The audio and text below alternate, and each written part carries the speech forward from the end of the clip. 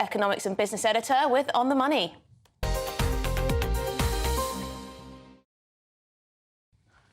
I'm glued to my screen, guys. I'm on Twitter or X or whatever it's called these days, waiting for the news to drop. Almost certainly I'll have egg on my face if the interest rate isn't held at 5.25%. But what will be crucial is what the Monetary Policy Committee actually says in its statement, giving clues to when interest rates might actually start to fall from 5.25%. Already mortgage rates in many cases are below 5.25% because, of course, mortgage rates reflect where interest rates are expected to go. And I've just heard news that, indeed, we were right. They have held interest rates. I'll be interested to see the breakdown of the voting. Last month, 9 of the Monetary Policy Committee economists, there are 9 of them, 3 of them actually voted for a rate increase, incredibly. Yeah, overcompensating for their previous mistakes, I think, because the Bank of England was very slow to get its head around the fact that inflation was coming. But a lot of people want interest rate cuts, of course, hard-pressed families with mortgages. On the other hand, some GBNews viewers and listeners will have a stash of savings. They don't like lower interest rates, so a rate hold is for them a bit of a reprieve, a return on their savings. I'm going to look in the next few minutes at what the Monetary Policy Committee has actually said. I do think interest rates are going to start coming down with the Bank of England quite soon, maybe in April or May. I do think, all other things being equal, we're likely to get a number of interest rate cuts over this year. That's certainly what Downing Street are hoping, so they can get an economic feel-good factor going before the next general election, probably in October or November, so the Tories can at least make a fist of contesting the Labour Party when we go to the polls. Well, there you go. There's the news. The interest rate has been held at 5.25%, still the highest for many, many years. Thank you very much, Liam. That's Liam Halligan, our business and economics editor. He'll bring us any latest, particularly on what the committee has said and who voted in which way. Crucially, if anyone's voted to cut. Yeah. Because that is what the shadow Monetary Policy Committee from the Institute of Economic Affairs was recommending. But clearly the Bank of England not thinking it's the time to cut them yet. Yes, perhaps it will be warmer weather when those interest rates do finally start to tumble. In other news, a manhunt is underway following an attack in South London. The Met Police say the suspect is a dangerous man who urgently needs to be found. Yes, a 31-year-old woman and a 3-year-old girl have potentially life-changing injuries after the targeted alkaline attack. Well, let's cross live to GB News reporter Ray Addison, who is in South London for us. Ray, tell us, what do we know about this attack and what are the police asking now?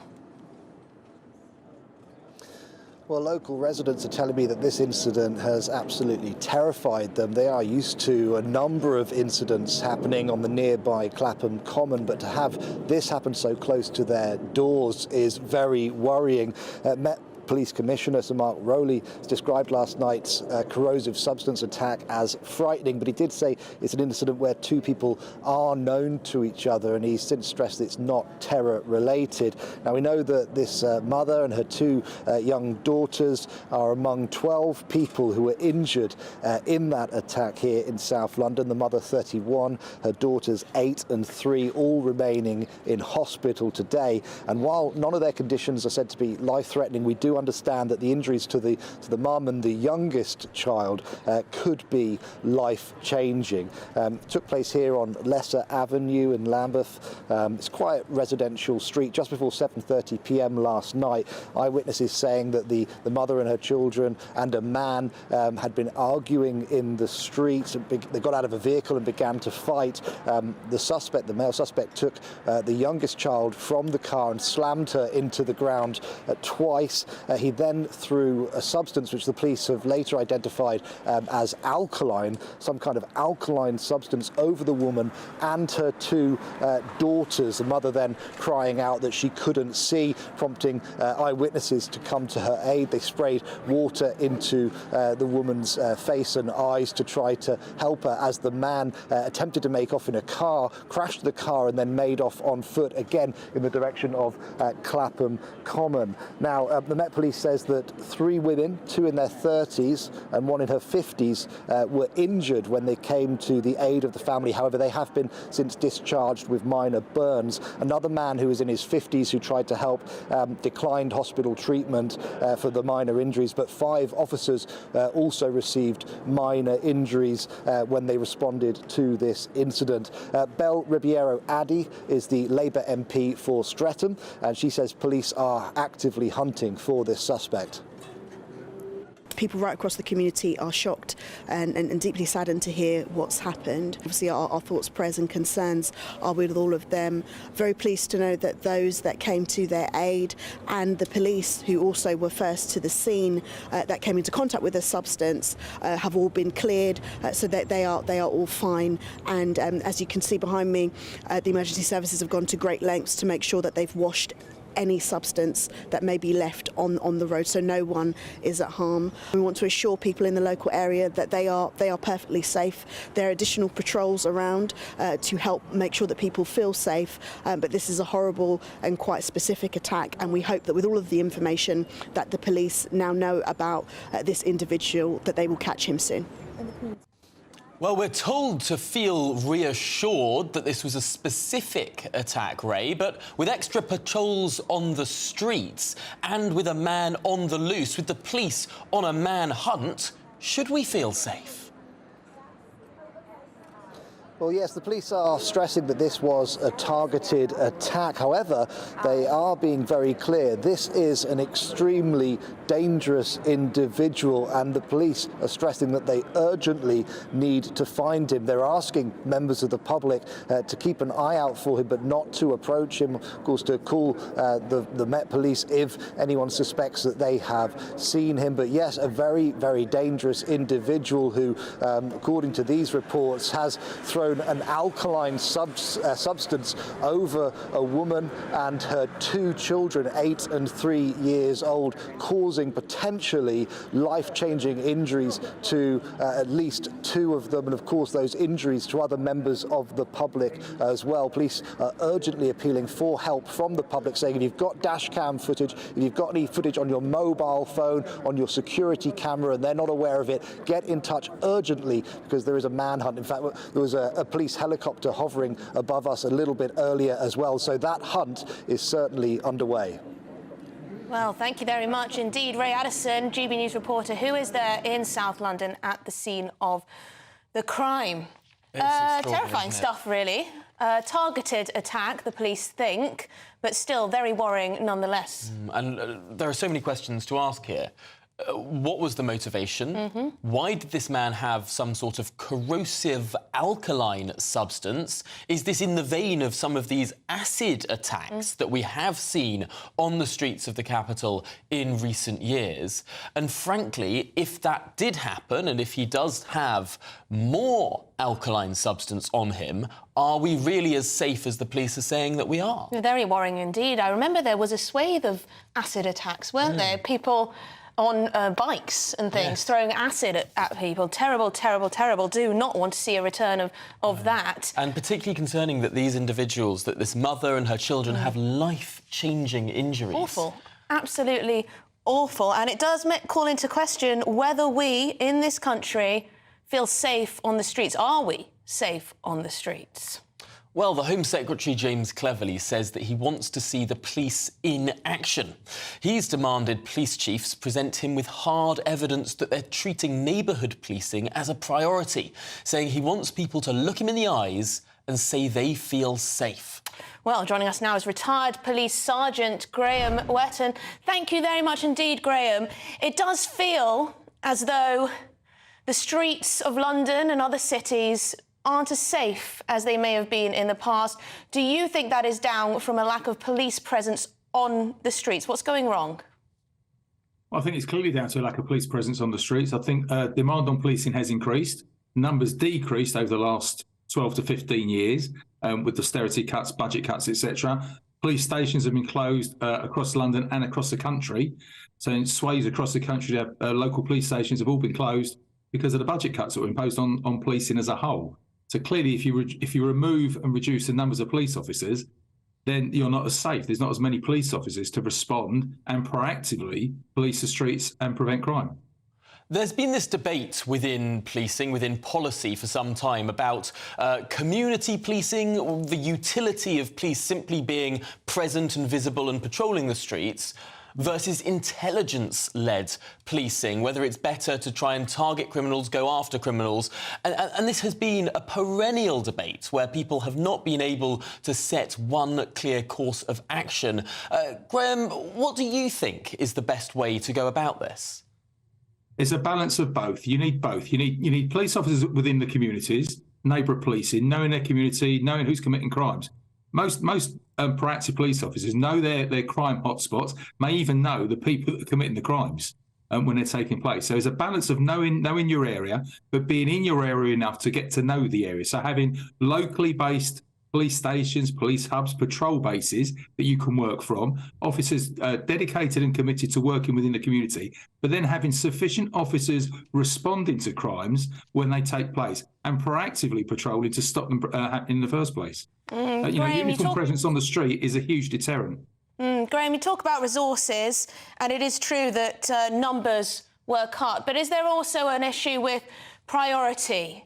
Senior police officers not managing necessarily the police officer's time as it should. I mean, we've seen a case of a volunteer police officer getting involved in someone singing Christian songs in public and that sort of thing. And we also see, police getting involved in sort of the festivities around protest movements and policing speech online. Do they sometimes get the priorities wrong too?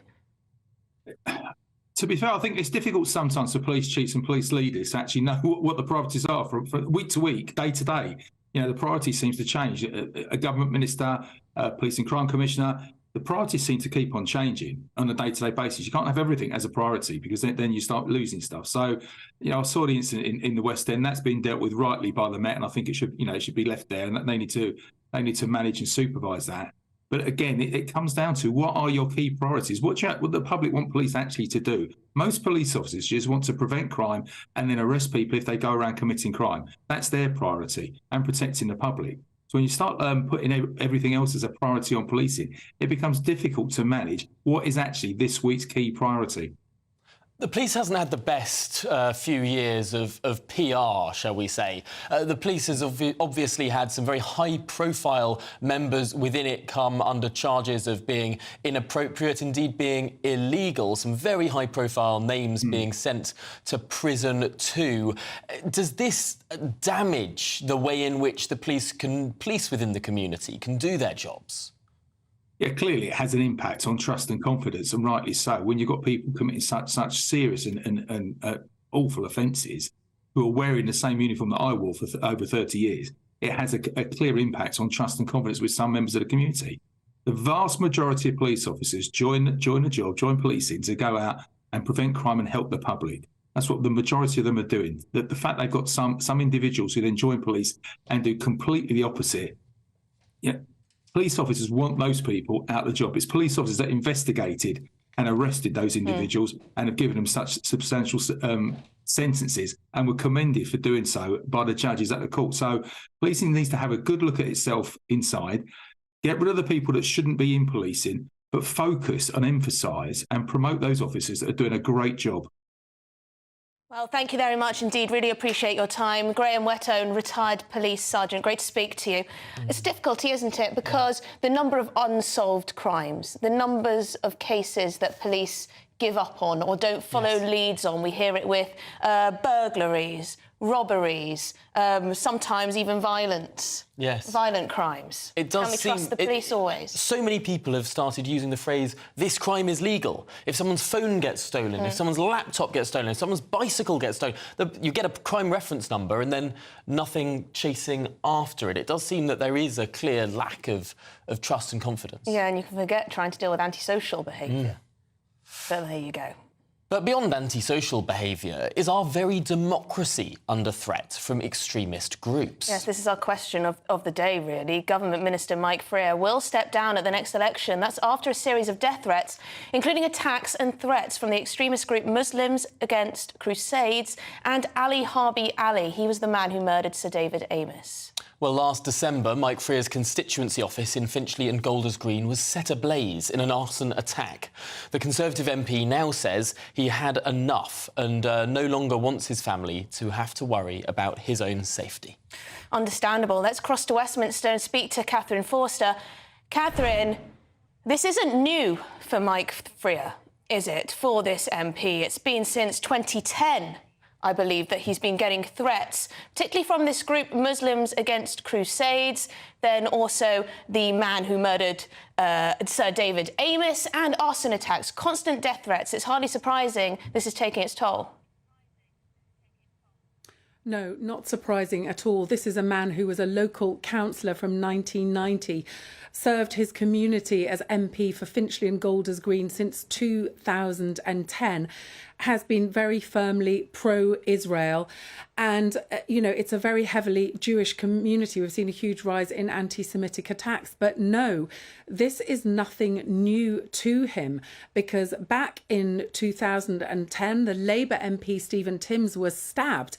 Now, he survived, but subsequent to that, a warning was sent to Mike Freer saying here, let Stephen Timms be a warning to you. That was back in 2011. And then just a couple of years ago, he frankly says he is lucky to be alive, because the man who went on to murder Sir David Amess turned up at his constituency office, and it was only for the fact that a reshuffle had just taken place that he wasn't there. He ordinarily would have been there. Almost certainly the man would have attacked him as he went on to murder, tragically, Sir David Amess only a few weeks later. And then, of course, this horrific arson attack on his office in December. Subsequent to that, he was sent an email saying that he was the kind of person who deserves to be set alight. And this really was the last straw. His husband has been very jittery, he says, unsurprisingly, since the near miss with the man who went on to murder Sir David Amess. He's had to wear a stab vest for constituency meetings. His husband feels he has to collect him from the tube, scared of walking home. He's been told to be wary about where he parks his car. And I think just a measure really of MPs come in for a lot of criticism, but they are first and foremost human beings, just like the rest of us. And we've seen the murder of Joe Cox, the murder of Sir David Amess, the stabbing of Stephen Timms. Lots of MPs have panic buttons in their houses. Michael Gove, the Levelling Up Secretary, recently stopped doing constituency surgeries because of safety fears. It really is a terrible state of affairs that this is the sort of threat that MPs feel just trying to represent their constituents. Catherine, there are those who say this Conservative MP has a majority of 6,000. Is he just standing down because he thinks he'll lose his seat? In fact, that was the implication that one Labour Assembly member, London Assembly member and councillor, made on Twitter last night. She's since retracted that accusation and apologised. But there are people saying, is this just someone who doesn't want to stand at the next election?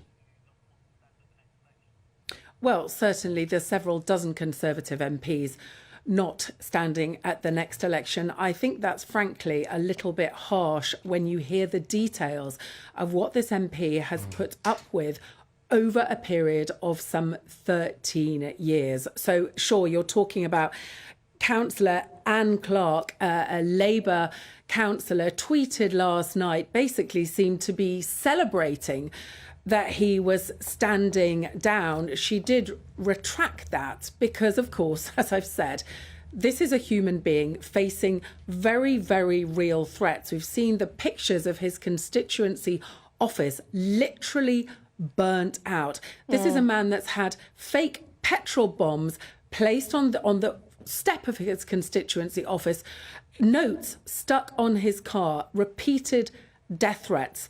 I think if you're saying that he's just standing down because he's going to lose lose his seat, perhaps you've missed the point.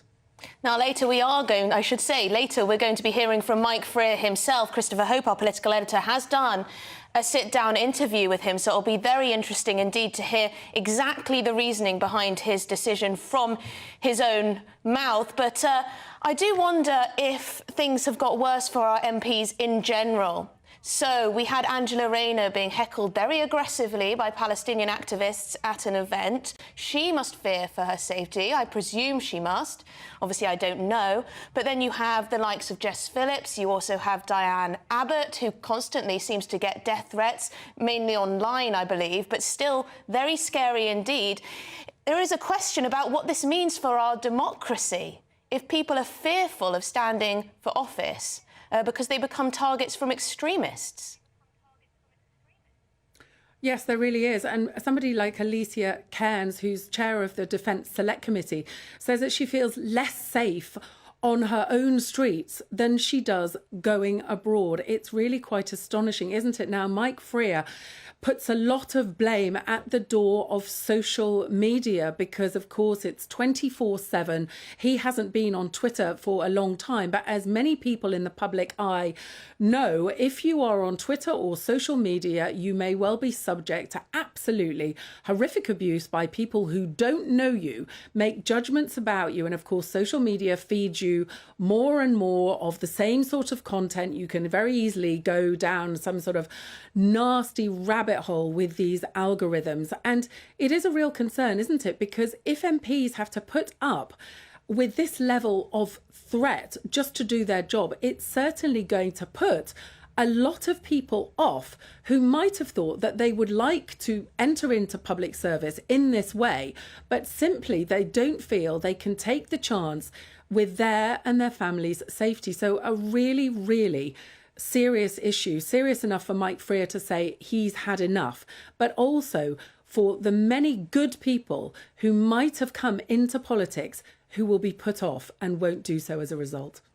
Well, thank you very much indeed for your time. Catherine Forster, our political correspondent there, bringing us the latest on Mike Freer MP's decision to stand down at the next election due to death threats. Lots of you have been getting in touch on this, very concerned about MPs' safety and from the rise of extremism and what that could do to our democracy. Absolutely. Sandra says, when is this country going to realise that it's the religion of so-called peace that's the problem? Although that is her view. Lisa says this is horrendous. Why won't this government do anything? Although Jeff says MPs have only got themselves to blame. Open door, unlimited immigration coming in from different beliefs, cultures, now ruling the roost. Those are some views from the inbox. And someone's asked, why don't we put MPs' offices in police stations? That would be quite drastic action. Also, I'm not sure if we have enough police stations for all our MPs' constituencies. We know many of them have been closed down, unfortunately. Clive asks, are these threats and intimidations, including the fire attack on MP's office, not terrorist activity? Where are the police? Totally unacceptable. Although I do think the police are investigating. Right. Well, I believe we are going to hear now from Mike Freer himself. He's spoken to our political editor, Christopher Hope. Let's have a listen. Government Minister Mike Freer, the Tory MP for Finchley and Golders Green, has announced overnight he's resigning as an MP because he fears for his own safety. Mike Freer, you're with me now at the GBNews Westminster studio. Why are you quitting as an MP? There comes a point when the level of threat becomes, if you like, beyond the pale. Most MPs, in fact, I think all MPs have to cope with a level of routine abuse, routine graffiti, that the kind of low-level stuff. Maybe we shouldn't have to deal with it, but it is kind of bread and butter now, the way we handle our jobs as MPs.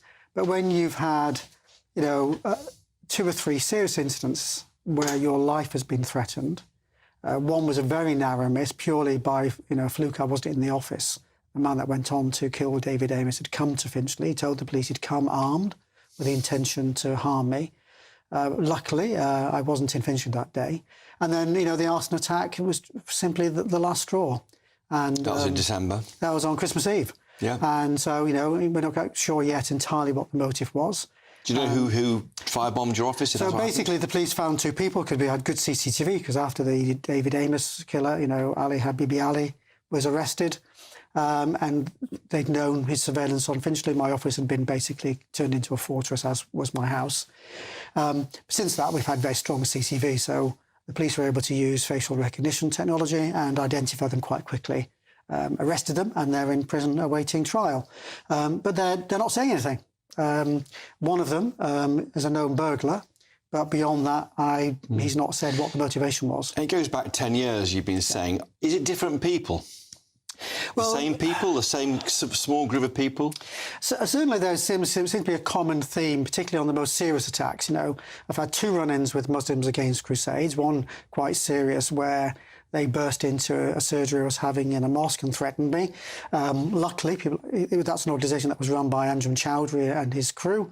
They've been in and out of prison. They put on their website, you're not welcome in our mosque. Let Stephen Timms be a pointed reminder that you're not welcome. That's very subtle. He was stabbed, of course. Labour MP was stabbed. And then, of course, the David Amos killer. So those are the most serious ones. And the common theme there seems to me my support for Israel. In fact, Muslim Against Crusades, when they burst in, said you're a Jewish homosexual pig, because quite a lot of people do think I'm Jewish. So there's clearly and you're not Jewish. And I'm not Jewish. And that's got worse since the attacks in October on Israel by Hamas. So there's clearly a link there to my views on Israel, or what people perceive to be my religion. So, I can't deny, I do believe that there is a linkage to anti-Semitism and to my views on You said Israel. before you've been wearing a stab vest? Yeah. So after the Ali Habibi Ali incident, the police said it's entirely up to me, but certainly I do think, like MPs do, supermarket surgeries, we stand by the door, people come and talk to us. Yeah. I have a 30-year-old mobile home, and I park it on the street corner and talk to residents. But now where I'm in public, standing on the pavement, where I do an advice fair where 200 or 300 residents come through the door, I now wear a stab vest. Also, my staff also have them available if they want to wear them. And your partner too, the Stress and Angelo, your spouse. Yeah. I mean, you can't do this job unless you've got a spouse, partner, family who are supportive. And I think he just had enough of wondering, am I going to come home at night? Did you worry if you were re-elected as an MP in the election, you wouldn't survive the Parliament? I don't mean to be that dramatic, but clearly it's always at the back of your mind. It's getting worse. The level of abuse in the inbox is getting worse. The level of threats now on the street are getting worse. So it's always at the back of your mind. And given that I've had probably more incidents than most, it's always a worry. So it was it verbal attacks in the old days and it's got more physical recently? Is that the trend? I mean, the inbox, I think email and social media have a lot to answer for because it can be kind of anonymous. But certainly social media is, and the social media companies do very little to stop it. But, I was followed around Brent Cross Shopping Centre, literally a man walking behind me saying, you're useless, you're useless, you're useless. And it's like, and you're so tempted to turn around and punch them, but then I'd be in trouble. No. And so it's always been kind of more verbal, but the threats to life are what's become more, more frequent. And the inbox, someone after the fire said, you're clearly the kind of person that deserves to be set alight. It's like, who sends an email like that? And you can't really, you try and, people might say, well, sticks and stones will break my bones, but words never hurt me. You try and block it out, but you can't, because that's a shocking thing to say. If it was just sticks and stones, sorry, apologies, if it was just words, but you just don't know whether someone will be on the street corner with a knife, or we've had a mock Molotov cocktail left on the front doorstep. Gosh. So a petrol bomb. You just simply do not know whether that person is just angry with you is going to turn out to be violent, and that's the risk. You look back, you became an MP back in 2010. Do you regret being MP? Depends on the day of the week you ask. It's like every day you have bad days. No, it's an amazing job. I mean, clearly I've decided that I have to put my family first, and security situations got worse. But you do look back and think, you have been involved in things where it's changing legislation like equal marriage, or whether it's delivering things locally. It can be local projects like, Henley's Corner rebuild, that level of local the good stuff. Works outweigh the... Or you get a nice letter back from a constituent where you've just sorted out a problem for them. And that outweighs the bad. But, you know, when you're worried or when your family's worried, are you going to survive the day? Are you going to come home if you walk the streets? Then I think there's time to say that's enough. And you've mentioned this to Rishi Sunak. He knows and what did he say when you said to him? He was very sad. I mean, I've always got on very well with him. You know, I think he's a genuinely a nice man who cares. And he's very sad that we should have to put up with this. And he entirely understands the decision, and also he entirely understands Angelo's position. Did you get the support from the police, Scotland Yard? You told them what was happening. What do they say? When an incident happens, you clearly get a lot of support. And I have to say, after the Ali Habibi Ali, David Amos murderer, I can't fault the support I got, particularly from the Home Office. And my house was basically reinforced, my office was reinforced. But over time, it's not the house, it's not the office. It's doing your job. It's doing your job. It's when you're out and about in supermarket surgeries. It's when you're walking home from the tube. That's where you're most vulnerable. And unless you're going to give close protection officers to every MP, which I think is, you know, it's not practical, let alone... And you're a Justice Minister. Yeah.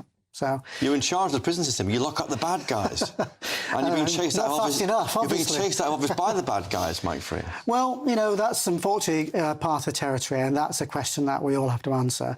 Is it something we should continue to tolerate? What do we need to do differently? And you know, what would you do? How can you protect your colleagues, other MPs? Well, now? I think there's two things. I mean, one, social media. We've got to get a grip on dealing with social media, and they've got to take responsibility. You know, it reminds me a little bit of that whole debate in America. You know, guns don't kill people, people do. You know, social media doesn't radicalise people. Well, I think that's a lazy argument from the social media people. But on top of that, I think in the House of Commons, you know, what we see is when something goes off, we all stand up and say the nice warm words about, you know, we've got to be nicer to each other. And then 2 minutes later, you know, someone's out there, you know, telling us we're all these small and Beelzebub. And you're not alone. There are other MPs like you facing similar threats. No one talks about it. Yeah. Of all the MPs in Parliament, how many are facing similar issues that you're facing? I'm not sure, because obviously you don't necessarily know who's having a particular security threat of the same level. But every MP, and women MPs get it worse. You know, other colleagues wear stab vests as well. But it's whether, I mean, I came out one morning and there was a note on the car. The note itself wasn't particularly bad, but people know where I live, but they don't necessarily know what car I drive. No. And that wasn't long after John Mann. Remember, John Mann had someone tamper the wheel nuts on his car, and you just never know what's next. So I think everybody is coping with this abuse, some greater than others, but I'm not aware of sort of specifics from colleagues. And it's got to stop. It has got to stop. Otherwise, why would you go to do this job? Well, Mike Freer, Tory MP for Finchley and Golders Green, and a Justice Minister who's quitting Parliament because you fear for your safety. Thank you for joining us today at GB News. Thank you. Well, there we go. Christopher Hope with Mike Freer MP there. Asked whether he regrets being an MP, and he said, depends on the day you ask. Just an extraordinary interview. Also, just hearing there the lists of other MPs who had been attacked. Stephen Timms, who was attacked by an Islamist with a knife. John Mann, who had his car tampered with. John Mann, of course, is now the advisor on anti-Semitism. There does seem to be a theme here on some of these MPs. Yeah, and in my mind, I think this is a moment for Rishi Sunak, the Prime Minister, to stand up and say we will not tolerate this type of intimidation of our elected politicians or anyone else, for that matter. Well, coming up, we'll be speaking to another MP, Tobias Ellwood, a man who famously intervened after the Westminster Bridge attacks, tried to save the life of PC Keith Palmer. We'll be getting his perspective on how safe MPs are and, frankly, how safe our democracy is. But that's...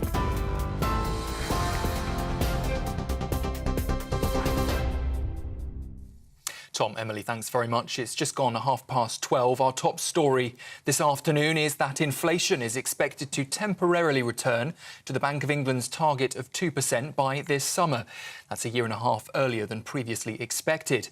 Well, the news comes as today the Bank of England has held its interest rate at 5.25% for the fourth time in a row. The Bank of England Governor, Andrew Bailey, says, though, that he needs to see more evidence that inflation is going to stay at 2% before starting to cut interest rates. But Labour says households are paying the price for 14 years of economic failure under the Conservatives. In other news, a toddler and mother have been left with potentially life-changing injuries after a targeted attack in South London, which saw 11 people taken to hospital. The Metropolitan Police say a man threw a corrosive substance at the mother and her 2 children, injuring them along with 5 police officers and 3 other women who were injured after coming to help the family. We understand no arrests have so far been made, but a large manhunt is underway for the suspect, who is believed to be known to the mother. The number of migrants crossing the Channel is up 13% compared with this time last year. More than 1,300 people have so far arrived in small boats this month, the highest total for the January since records began in 2018. This is compared with the 1,100 recorded in January of last year. Downing Street says that hatred Justice Minister Mike Freer has faced is an attack on British democracy. It follows the MP's announcement that he will leave Parliament after receiving a series of death threats and a recent arson attack on his constituency office. Speaking to GBNews, the MP says he's worried about making it home safely each day. Now we're in public, standing on the pavements where I do an advice fair where 200 or 300 residents come through the door. I now wear a stab vest. Also, my staff also have them available if they want to wear them. And your partner too, the stress on Angelo, your spouse. Yeah. Yeah, I mean, you can't do this job unless you've got a spouse, partner, family who are supportive. And I think he just had enough of wondering, am I going to come home at night? And finally, live pictures here for those watching on TV of riot police lining the streets outside the EU Parliament buildings where leaders are meeting in Brussels. That's as hundreds of farmers have been protesting in recent days as tensions continue to rise over better working conditions. France is just one of the countries at the centre of this growing dispute across Europe, with tens of thousands of farmers staging their demonstrations in countries including Germany, Poland, Belgium and in Italy. They're asking for environmental rules to be relaxed, and they're also calling on their own governments to deal with rising costs. And for the latest stories, you can sign up to GB News Alerts by scanning the QR code on your screen right now or by going to gbnews.com/alerts.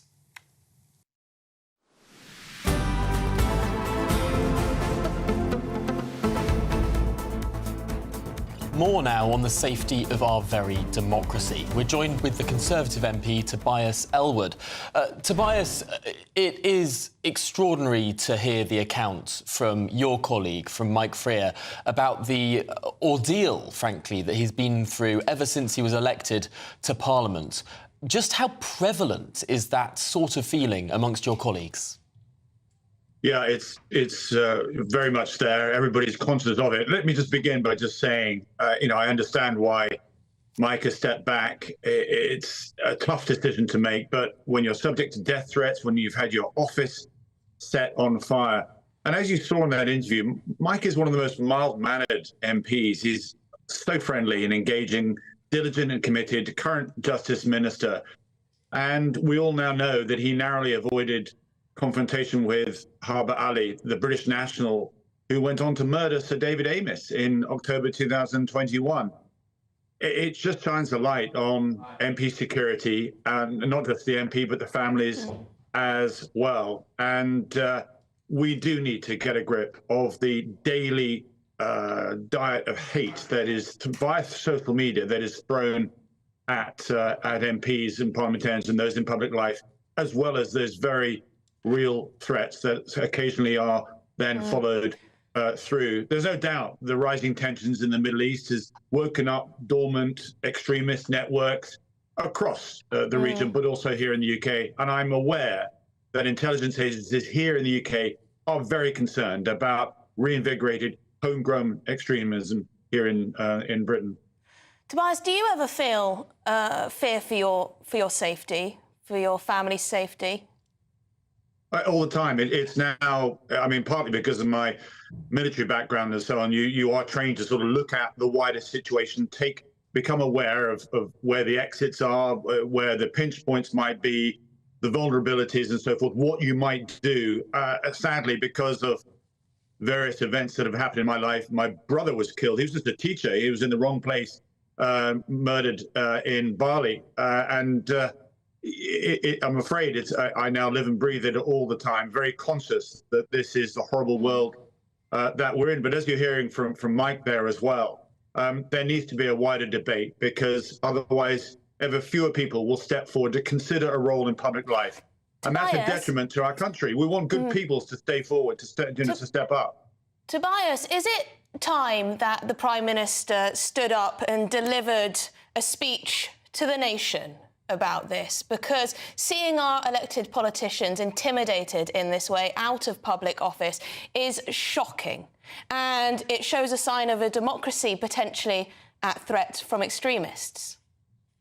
Well, it isn't just the Prime Minister. I think it's all leaders, but it's also what do we do? What are the practical measures that we take? Because as Mike was alluding to as well, every time this is in the public domain, such as we're discussing now, there's a lot of condemnation, but not enough happens. You know, we need to be far swifter in being able to report and deal with social media and email abuse, to make any individual think twice about sending such hate. You know, we saw improvements made to MP security after Joe Cox was sadly killed, but they still don't go far enough.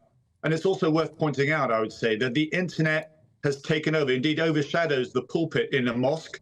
There will always be a steady flow of misguided people who, with scant knowledge of the Quran, will be persuaded to leave a trail of destruction in this life, expected to be rewarded in the next, or indeed want to cause harm in some way. The internet is that double-edged sword, and I'm afraid we've failed to blunt one side of it. It is fascinating to hear you talk about whenever this pops up into the public conversation. It reminds us of the awful murder of Sir David Amess, of Joe Cox, but also of Stephen Timms, who was stabbed by an Islamic extremist, and of John Mann, who saw his car tampered with too. It seems that this keeps happening, and perhaps too readily this slips from our minds and exits the general conversation. It does indeed. And as I say, if we want Britain to be that open, tolerant place, it has to absolutely include those who step forward in public life. I want to see the best of Britons wanting to participate and play a role in our parliamentary democracy. We will not see that if we don't look after those who are in public life. And when we see somebody as you know, wonderful as Mike making the decision to say, my family understandably comes first, we clearly need to do more. These are dangerous times, there's no doubt about it. And Britain does need to then craft the atmosphere and the environment that makes sure that we are safe and we stamp out this sort of behavior. As I say, a lot of this, and Mike touched on it, is related to the internet, the responsibility and utility of the digital domain, which we still are far from understanding and appreciating. Yes, I just worry that we all want to live in a tolerant society, but perhaps we're too tolerant of extremism too. Thank you very much. Really appreciate your time. Tobias Ellwood, Conservative MP, of course. Yeah, really, really profound there to think not just of all those MPs that have been attacked, but those attacks that have been prevented, that haven't happened. And, of course, that could have gone far, far further. I'm not going to let this one go. I do think that it's important for Rishi Sunak, the Prime Minister, to stand up and actually say something to the country about this sort of thing. Maybe it wouldn't change anything, but it means something. Yeah. Do you agree?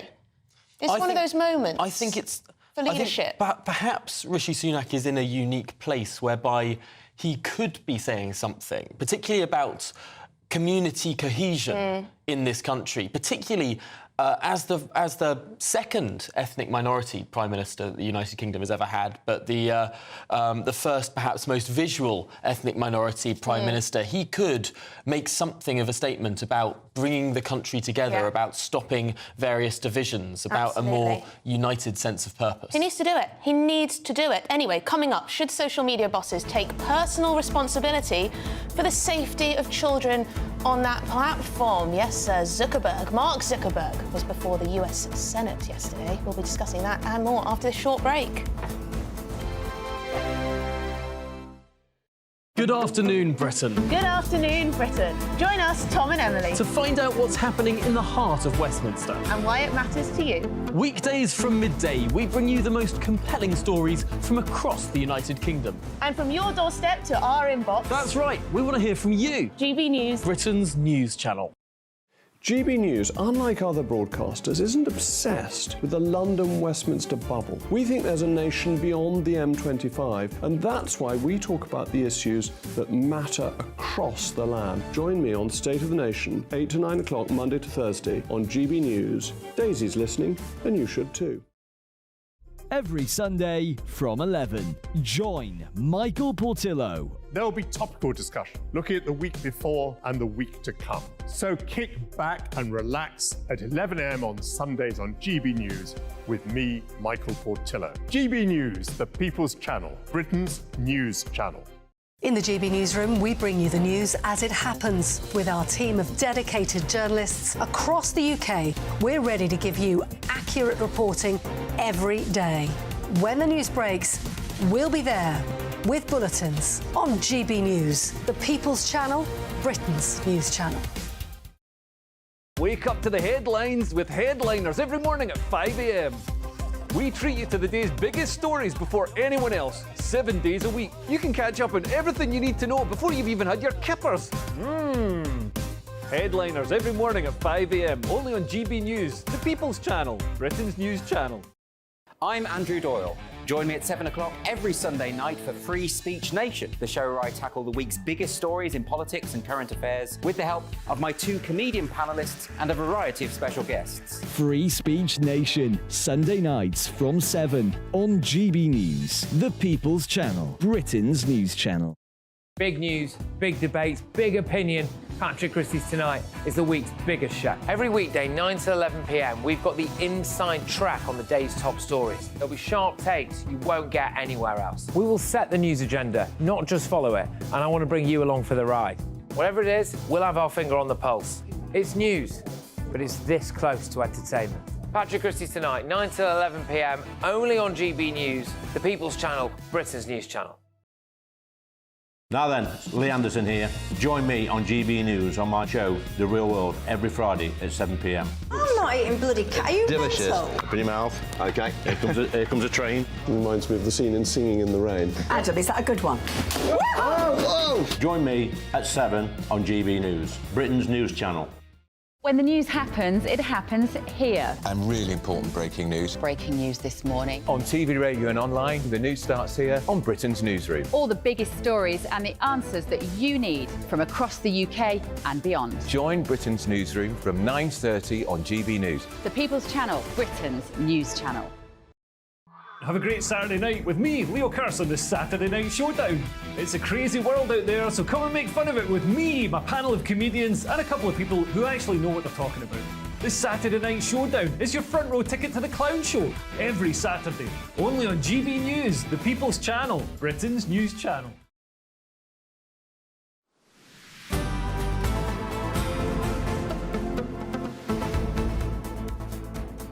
Good afternoon, Britain. It's 13 minutes to 1, and the police are preparing to update us on their manhunt for a dangerous criminal in South London who attacked multiple people with a corrosive substance in a residential area. We'll bring you that as soon as it happens. Yes, we'll bring you that very soon. Now, at 12 o'clock, the Bank of England held the base rate of interest at 5.25%, still a 15-year high. The bank has kept the rate the same for the past 3 decisions. But I think Liam Halligan, GB News economics and business editor, has an update for us. I do indeed, Emily and Tom. So it turns out, if you look at the minutes of the Monetary Policy Committee meeting that made this decision, there are 9 economists. They voted 6-3 to keep interest rates on hold at 5.25%. Astonishingly, in my view, 2 of the economists on the MPC actually voted to increase rates even more, even though inflation's on a very strongly downward trajectory. It's fallen all the way from 11% back in the end of 2022 to 4% now. And 1 member of the MPC voted to cut rates. So there's now what we call a 3-way split on the MPC. Let's have a look at some of the wording in the minutes. The committees voted to maintain the bank rate at 5.25%, said the minutes. Headline CPI, that's consumer price inflation, has fallen back relatively sharply, as I just said. The restrictive stance of monetary policy, that means high interest rates, is weighing on activity in the real economy and is leading to a looser labour market. That means the growth of wages is easing. The committee went on to say, although service price inflation and wage growth have fallen by somewhat more than expected, as I just mentioned, and here's the key phrase, key indicators of inflation persistence remain elevated. That's the headline. As a result, monetary policy will need to remain restrictive, i.e. high interest rates, for sufficiently long to return inflation to the 2% target sustainably in the medium term. Now inflation, as I said, is 4%, double the Bank of England's target. That's why I didn't expect the Bank of England to cut rates. But what I do think will happen is that in April or May, you will get the first interest rate cut from the Bank of England. I think you'll get 2 or 3 by the time of the autumn. And what will weigh on the Bank of England isn't just growth of wages and patterns of price inflation here in the UK, but the mighty Federal Reserve, the bank of the Central Bank of America, the US equivalent of the Bank of England. The Federal Reserve, I think, will start cutting rates soon. And once the Federal Reserve signals that the global interest rate cycle has turned, expect the Bank of England, the European Central Bank in the Eurozone and other big central banks to fall into line. This is how monetary policy works. But this is a rate hold today. That's not a surprise. Good news if you've got a mortgage, because mortgage rates are going to come down more in anticipation of a rate cut by the Bank of England soon. I expect, saying it here and now, the first rate cut to be April or May. Well, there you go. First rate cut, April or May. That would be a nice spring surprise. Well, we'll test you on that when it happens, Ian Halligan, but thank you for joining us. Now, Meta CEO Mark Zuckerberg, that's the company that owns Facebook, has apologised for families of children harmed online. Yes, US Senator Lindsey Graham accused Mr Zuckerberg of having blood on his hands. It was quite extraordinary, actually. The CEOs of TikTok, Snapchat, Discord and X, formerly Twitter, were also questioned about how they protect minors on their online platforms. I mean, look at all that press there. Huge amounts of press. This was a very big hearing. While the Silicon Valley heavyweights insisted that they do the utmost to shield children, Senator Ted Cruz claimed that every parent is terrified about the garbage that is directed at our children. Well, joining us now to discuss this further is social media expert Alan Stevens. And Alan, this was an emotive hearing. There has been some criticism, however, that there are a bunch of senators here in an election year simply trying to get some good clips of them shouting at billionaires. Well, absolutely, and that certainly happened. They shouted at billionaires quite a lot. And it's rare for me to find myself in agreement with Ted Cruz, I have to say, without making a political point. But in this case, I think he does have a point, because, frankly, the social media companies have done very little in terms of preventing harm coming to young people and others. And there's a huge amount more they could do if they had the will to do it. Well, Alan, there's clearly a lot of pressure on these social media companies to do something. Is it fair, though, to level the blame for teenage suicide, for eating disorders, for child protection issues, for what else, bullying, on the bosses of these companies? Okay, well, I think it's unfair to place the total blame on them, but certainly they have a role to play in terms of encouraging certain types of behaviour. Particularly some very nasty, self-harm and those sorts of things can be encouraged, and even eating disorders. So I think they have a role to play, and they are not playing their role. They're not doing as much as they could, and they need to do a whole lot more, not just in America, but globally. But these are centred in America, obviously, and it's the responsibility of them. It's all very well and good Zuckerberg standing up and apologising, but he needs to do something about it. Alan, we're watching just there on our screens the extraordinary moment when Mark Zuckerberg, the head of what is now a $1 trillion company, was asked to stand up, to turn around, to look at families in the room and apologise to them for these are families of children who had lost their lives, some by suicide after exposure to certain content on social media. What Mark Zuckerberg was saying, though, was that his company has invested millions upon millions upon millions of dollars in systems to try and stamp out this content. And to some extent, is it not a fair argument that they're never going to be able to stop everything on what is, after all, a user content-generated platform? I think, Tom, that's a fair point. They can't stop everything, but they can stop a lot more than they're stopping right now. They do have the technology to do it. They can stop certain things, certain sorts of unreasonable, unfair content are already blocked immediately. They could do it for all sorts of content, but they choose not to. So it's all well and good Zuckerberg standing up and saying he's very sorry, and I'm sure he is. But he could do a lot more. Instagram, for example, allows people access to certain things if they just click a button. It says you're about to see some unpleasant content, click here. Well, that's not really a protection, is it? That's hopeless. Thank you, Alan. Sorry to interrupt you there, but we're coming to the end of our time. Thank you very much, Alan Stevens there, social media expert. Coming up, is it ever justified to break the law for the planet? Looks like things are heating up. Boxed boilers, sponsors of weather on GB News. Hello, Alex Burkill here again with your latest GB News weather forecast. Whilst it is going to turn increasingly mild as we go through the end of the week, it will also be windy at times and there will be some rain. Most of that will be pushing in from the west because we have high pressure to the south of the UK, and it's this that's leading to a westerly flow across the country. As well as this, we do have a spell of more persistent rain across parts of Scotland as we go through the rest of today and the start of the night, but that rain does clear away towards the east as we go through the early hours of Friday morning. Elsewhere, it is going to turn increasingly cloudy as we go through the night, and there will be some outbreaks of drizzly rain, mainly towards the west. After a bit of a chilly start for some of us tonight, temperatures are actually going to lift, so by the time many of us wake up tomorrow morning, it's actually going to be relatively mild. Through the day itself, a rather cloudy picture, cloudier than today for most of us, and that cloud will be thick enough for some further outbreaks of rain across western parts in particular, perhaps something a bit more persistent pushing in across parts of Scotland and into Northern Ireland too. The best chance of any sunshine tomorrow will be in the east, and that's where temperatures are likely to be highest. Could get to highs around 15 Celsius, but for most it is going to be a mild day, albeit a windy one too. The rain pushes its way southwards, so on Saturday we're likely to see a bit of a wet picture across southern counties, a greater chance of seeing some sunshine further north, but there will be showers towards the northwest and a little bit chillier too. Elsewhere, as we go through the weekend, a rather cloudy picture and temperatures lifting again to above average for the time of year. That warm feeling inside from Boxed Boilers, sponsors of weather on GB News.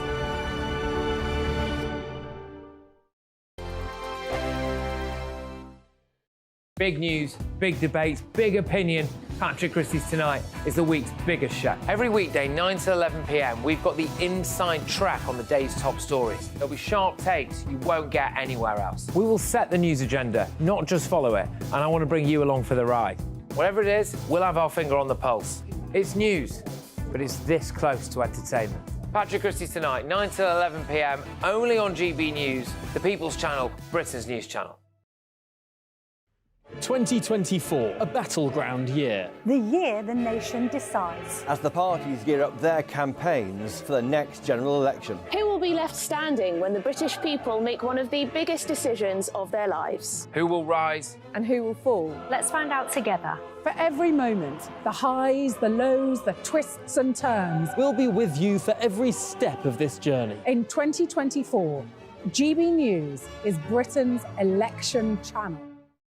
I'm Christopher Hope. And I'm Gloria DiPiero, bringing you PMQ's Live here on GB News. Every Wednesday, we'll bring you live coverage of Prime Minister's questions when Rishi Sunak and Sir Keir Starmer go head-to-head in the House of Commons. We'll be asking our viewers and listeners to submit the questions that they would like to put to the Prime Minister, and we'll put that to our panel of top politicians in our Westminster studio. That's PMQ's Live here on GB News, Britain's election channel. Join us every night on GB News at 11 p.m. for Headliners, which is 3 top comedians going through the next day's news stories, which is exactly what you need, because when the establishment has gone crazy, you need some craziness to make sense of it. Headliners. You don't have to bother reading the newspaper. We've got it covered for you. Every night at 11 p.m. and repeated every morning at 5 a.m. We won't send you to sleep like some of the other paper review shows out there. So join us 11 p.m. every night on GB News. The People's Channel, Britain's news channel. Your weekend starts here with Friday Night Live with me, Mark Dolan, 8 till 9 on GB News. Big stories, big guests and big laughs as we get you ready for a cracking weekend. That's Friday Night Live with Mark Dolan. Fridays 8 till 9 on GB News. Bring your own drinks. The admission's free. In the GB Newsroom, we bring you the news as it happens. With our team of dedicated journalists across the UK, we're ready to give you accurate reporting every day. When the news breaks, we'll be there with bulletins on GB News, the People's Channel, Britain's news channel. Tired of the usual focus-tested, pre-prepared Westminster runaround? Well, so am I. So you want higher taxes? Is your department to blame for this? Are you rethinking this policy? Every Sunday at 9:30, I'll be sitting down with those in power to get the truth about the issues affecting you. Let's be honest, we've known about the cost pressures of this project for years, not months. That's the Camilla Tominey Show, a politics show with personality. On GB News, the People's Channel, Britain's news channel. Good afternoon, Britain. Good afternoon, Britain. Join us, Tom and Emily, To find out what's happening in the heart of Westminster. and why it matters to you. Weekdays from midday, we bring you the most compelling stories from across the United Kingdom. And from your doorstep to our inbox. That's right, we want to hear from you. GB News, Britain's news channel.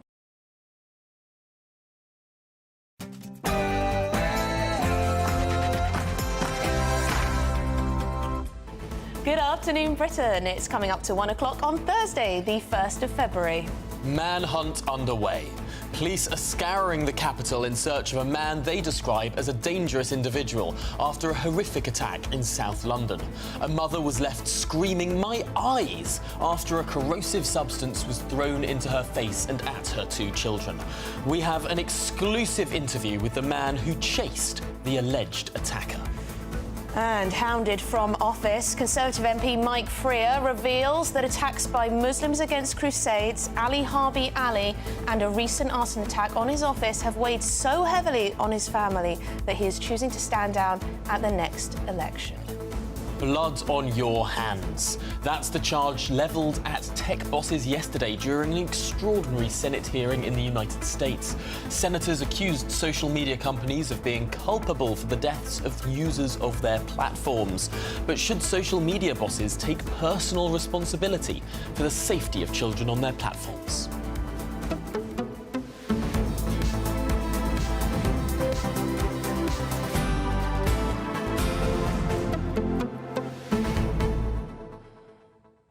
Well, we are getting live pictures in from Brussels, where farmers are protesting and have set parts of the city ablaze. We can see a pyre has been constructed in the bottom left-hand corner of the screen that is on fire in central Brussels. Yes, this is very dramatic. If you've ever been to the city of Brussels, it does feel quite small, quite contained in the centre there, and huge numbers of protests. I think those are tyres as well that are light in the left-hand corner of your screen. This is quite something. As we've seen, French protesters too have been out blockading roads into the capital in Paris, now in Belgium too, in Brussels, the heart of the European Union, let's remember, the heart of the European Union.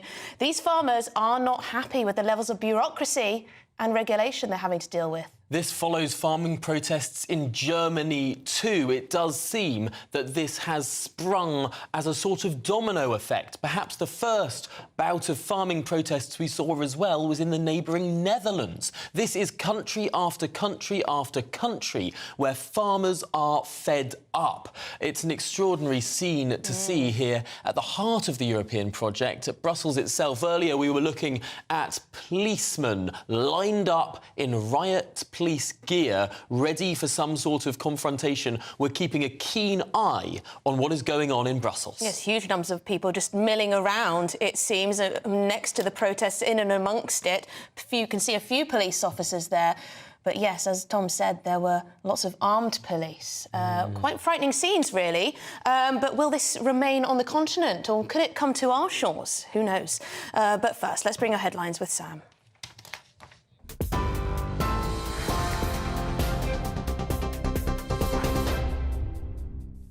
Tom, Emily, thank you very much, and good afternoon from the GB newsroom.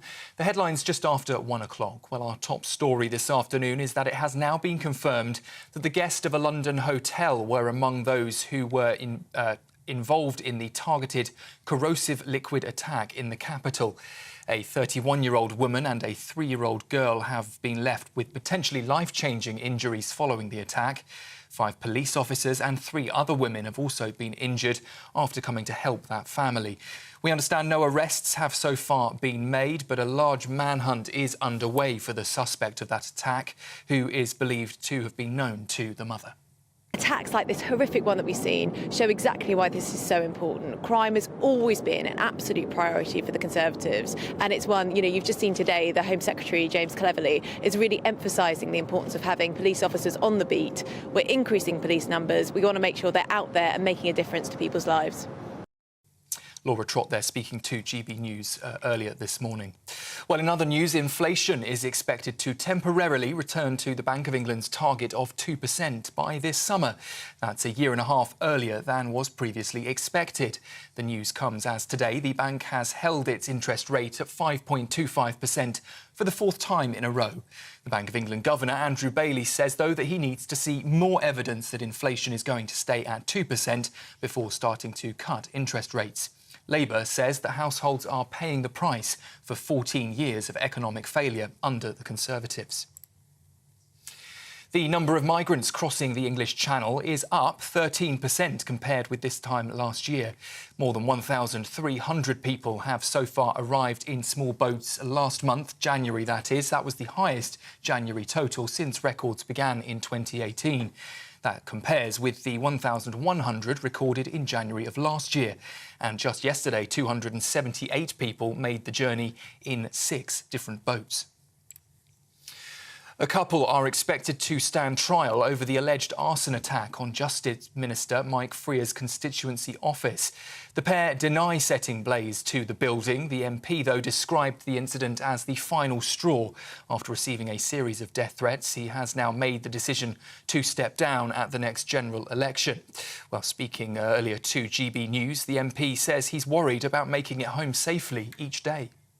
Now we're in public, standing on the pavement where I do an advice fair where 200 or 300 residents come through the door. I now wear a stab vest. Also, my staff also have them available if they want to wear them. And your partner too, the stress on Angelo, your spouse. Yeah. Yeah, I mean, you can't do this job unless you've got a spouse, partner, family who are supportive. And I think he just had enough of wondering, am I going to come home at night? The Shadow Chancellor says she will not commit to ending what she's called fiscal drag that's pulling more people into paying income tax at higher rates. In her speech to London's business conference earlier, Rachel Reeves pledged she won't make any commitments that are not fully costed or fully funded. Sir Keir Starmer is also expected to speak in around an hour's time. We will, of course, bring you that live here on GB News when the Labour leader does speak at that conference. He's expected to promise a battle against stagnation in British productivity and growth. However, critics are accusing Labour of economic flip-flopping, and they're questioning if the party can really provide the stability that businesses need. Well, earlier, Rachel Reeves vowed to maintain other favourable terms for businesses. We hear about another business choosing not to locate or list in the UK. Investment that we have missed out on to the benefit of a competitor. Britain needs change. Not just a change in government, but a new kind of leadership. In place of instability and uncertainty, a government guided by clear purpose, working with business, universities and our public services to achieve ambitious goals for Britain. The EU has some questions about the UK government deal to restore power sharing in Northern Ireland.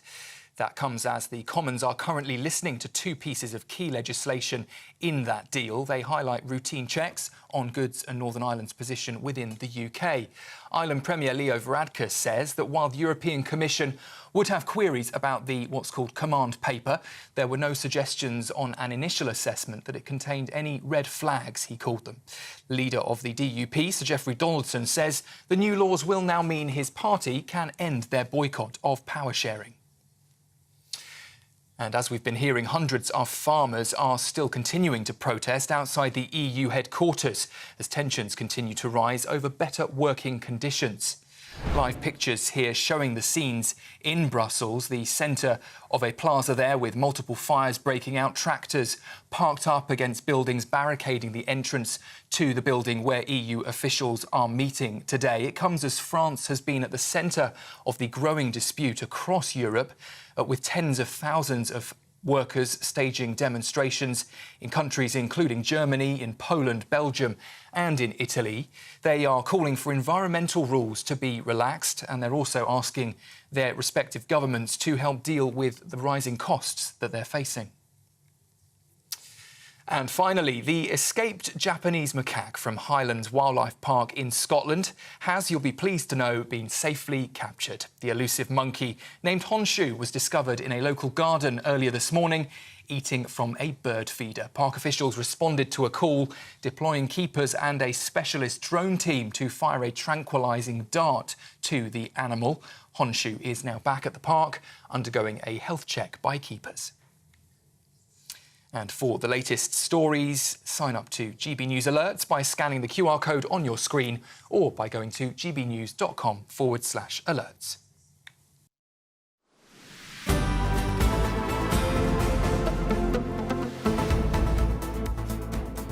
Is our democracy under threat from extremist groups? Government Minister Mike Freer will step down at the next election after a series of death threats, including attacks and threats from extremist group Muslims Against Crusades and Ali Harbi Ali, the man who murdered Sir David Amess. Yes, last December, his constituency office in Finchley and Golders Green was set ablaze in an arson attack. The Conservative MP now says he's had enough and no longer wants his family to have to worry about his safety. Here's some of what he had to say to our political editor, Christopher Hope, earlier today. There comes a point when the level of threat becomes, if like beyond the pale. Most MPs, in fact, I think all MPs have to cope with a level of routine abuse, routine graffiti, that kind of low-level stuff. Maybe we shouldn't have to deal with it, but it is kind of bread and butter now, the way we handle our jobs as MPs. But when you've had, 2 or 3 serious incidents where your life has been threatened. One was a very narrow miss, purely by, a fluke. I wasn't in the office. The man that went on to kill David Amess had come to Finchley. He told the police he'd come armed with the intention to harm me.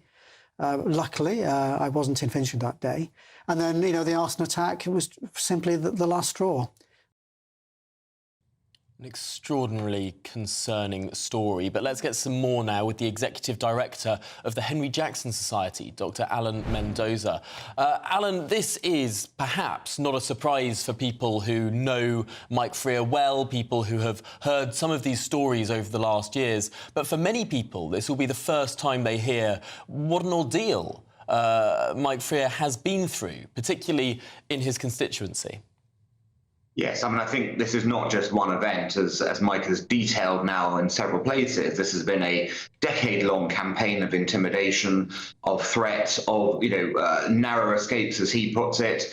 When at any given moment, I think that he feared for his life, and quite rightly so. I think the most disturbing moment of all was to know that the Ali Harbi Ali, the murderer of Sir David Amess, had first tried to attend his surgery, Mike Freer's surgery, to kill him. And clearly what's happened here is that a man with very strong and principled views, particularly on his pro-Israel sort of stance, has been targeted repeatedly by radical Muslim extremists. And quite rightly, I think he's just had enough. But what are we doing as a country to protect our legislators? Surely our democracy itself, as you started this segment, is in danger of being silenced now.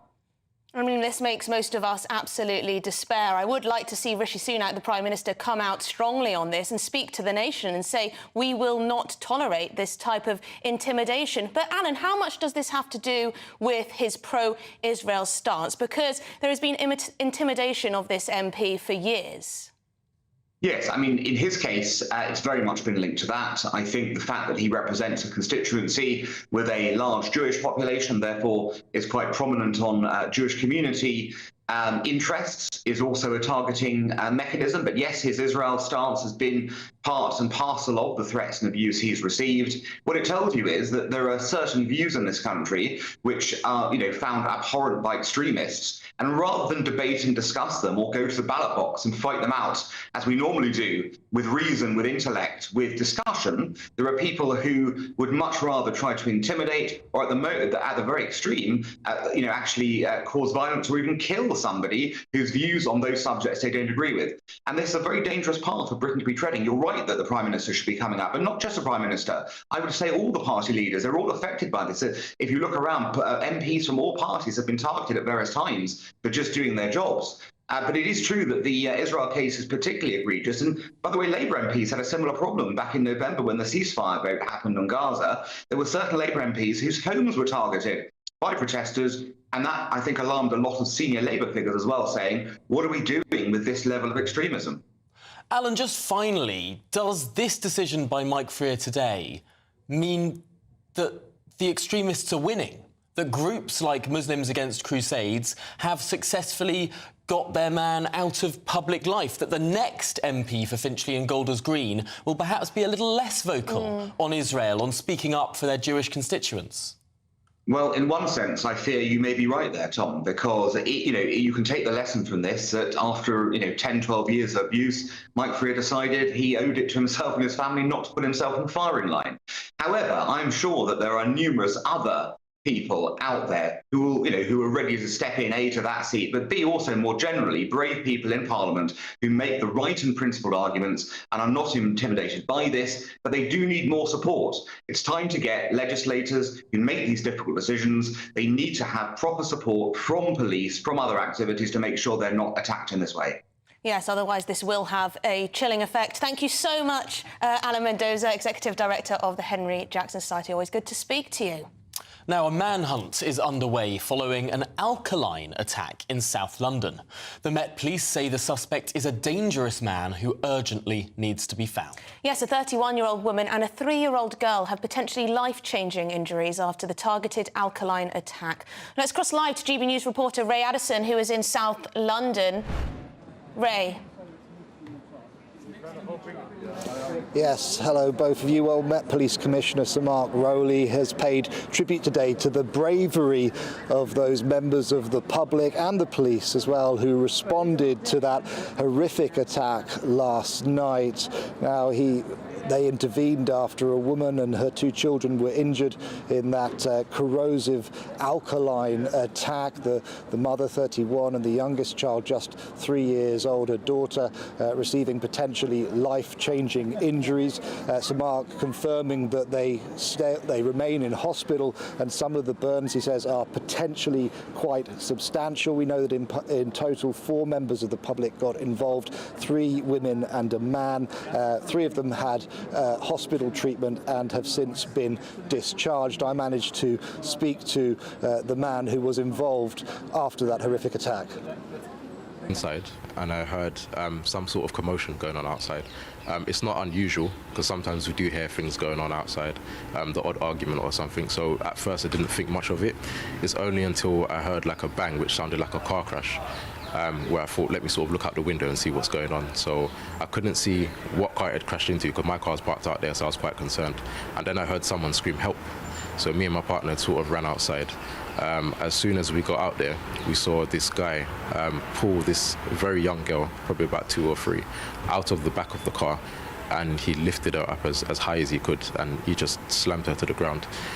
He'd done that twice, and it was after the second time where we sort of just ran in and just tried to stop what was going on. So I ended up sort of chasing him like halfway down the road. I had on slippers, so it was quite hard to continue running, so I ended up stopping. I had got back up to the top of the road, closer to where it happened, and my partner just said to me, just go and get some water. I still wasn't aware of what happened, so I just ran inside and just grabbed the water, and then I saw, I believe it was the mother of the child, and she was just screaming like, I can't see, her eyes weren't open, so I just opened the bottle of water and just sort of just sprayed her down with the water basically, and then a few more bystanders had some water and just done the same. What sort of effect did the water have, and what was the extent of her injuries as far as you could see? So it was quite clear that it was whatever substance it was burning her quite badly. So throwing the water on her was, I guess, probably soothing it a little bit, but it wasn't really doing much, I guess, because she was still, sort of screaming like, I can't see, sort of thing. Yeah.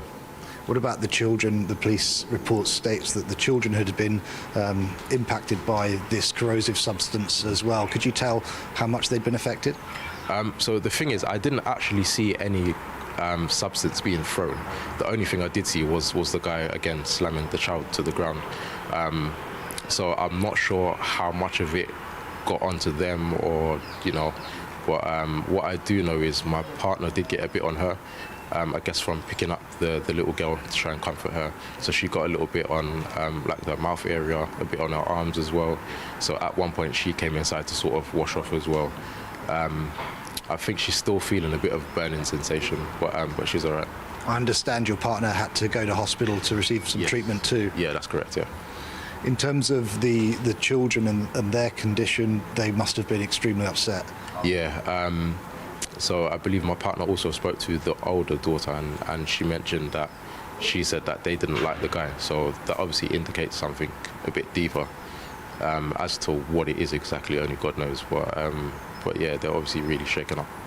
Do you know whether they'd all been in the vehicle together before you heard that loud bang, or was this somebody that had been on the street? Yeah, not too sure, but by the time I got outside, I know that the mum wasn't in the vehicle, but I definitely know for sure that the younger girl was in the vehicle. I'm not sure about the older one, but yeah. The youngest girl had been slammed into the ground twice. Could you explain what sort of injury she might have received? Well, from something like that, I'm guessing maybe a fracture or broken bones. I mean, the best way I can describe it is like, just someone just picking up a pillow. Like, this guy used all of his strength and just slammed her to the ground. And what done it for me was the sound of the girl hitting the ground. It was just it was quite horrific. Yeah. Can you describe the man? So he was from what I can remember, he was like an Asian guy, so not like Indian Asian, more like Chinese Asian.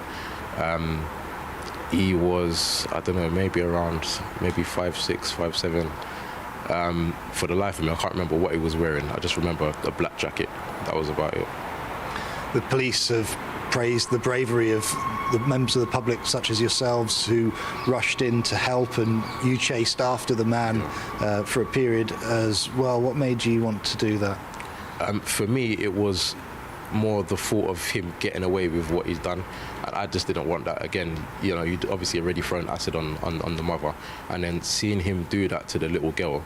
I mean, I've got a son, he's 2 years old. I mean, that could easily have been him. And for me, it wasn't right at all. And again, the thought of him just getting away with that is what triggered me to sort of just chase him in the first place.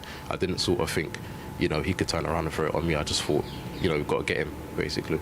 Did you and your partner stay with the mother and her children until the ambulance arrived? So a few people took them round to the hotel around the front, I guess to try and aid them a bit. And then, police turned up maybe about 5 minutes later or so, and then, Is there any information the police have given you about what happened last night? No, they haven't given us any additional information in terms of what happened, no.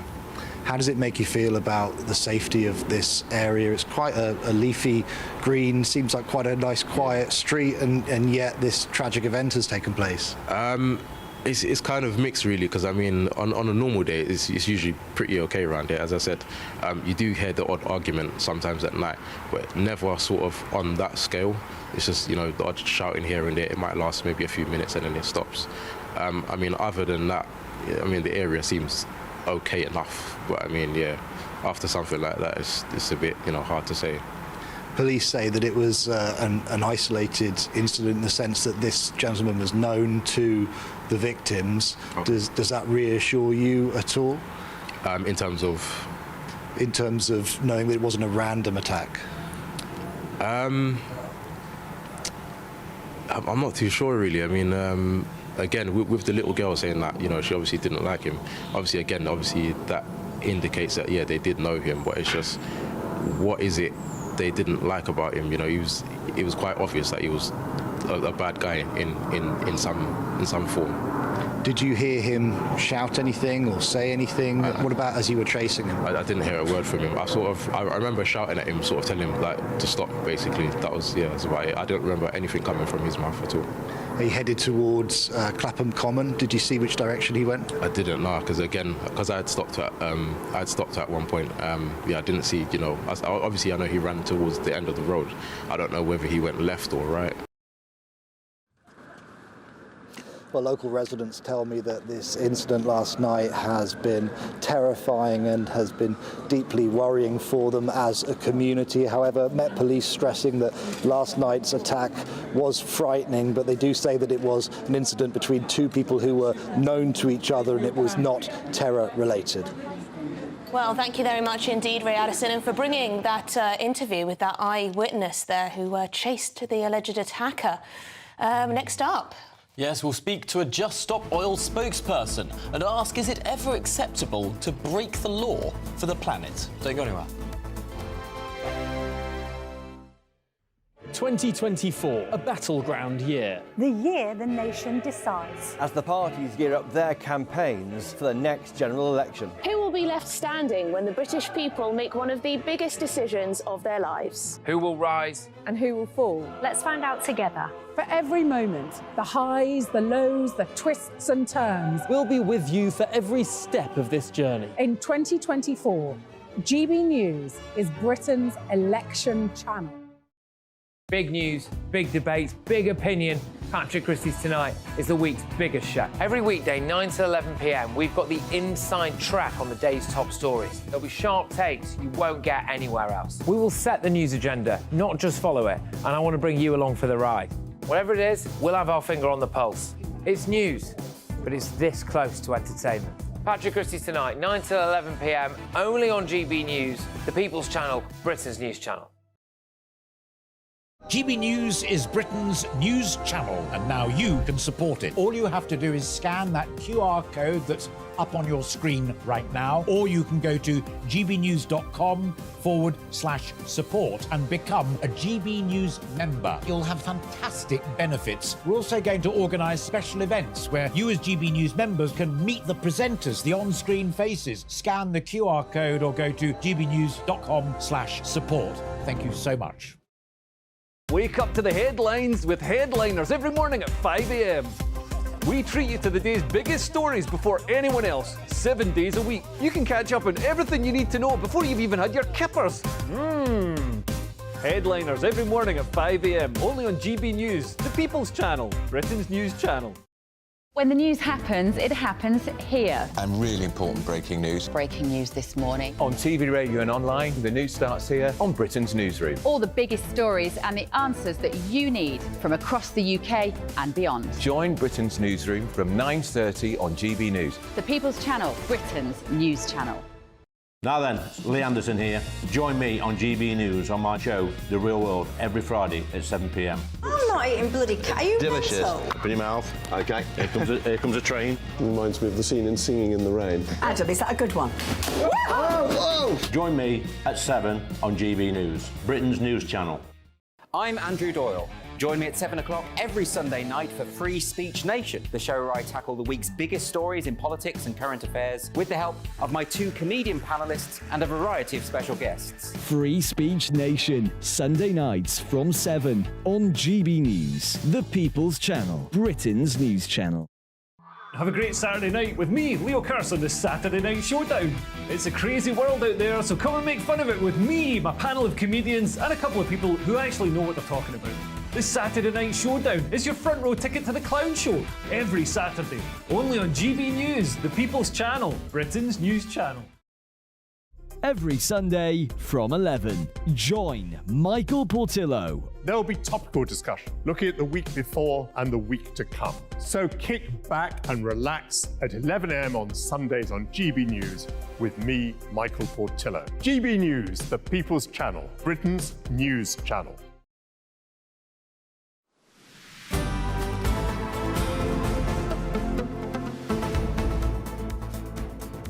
Good afternoon, Britain. It's 27 minutes past 1, and Greta Thunberg is being tried for a public order offence after protesting in London last year. Yes, the 21-year-old climate campaigner was arrested during a demonstration as oil executives met for the Energy Intelligence Forum last October. Greta and 4 other activists pleaded not guilty in November to blocking the entrance to the meeting. But, in light of all this, is it ever OK to break the law for the sake of the planet? Joining us now is Just Stop Oil's Francis Davies. Francis, Just Stop Oil have in the past broken the law. I remember distinctly the Dartford crossing. That ended up with 2 jailed, I believe, if I remember correctly. Is it ever justified in your view? Yeah, thanks so much for having me on.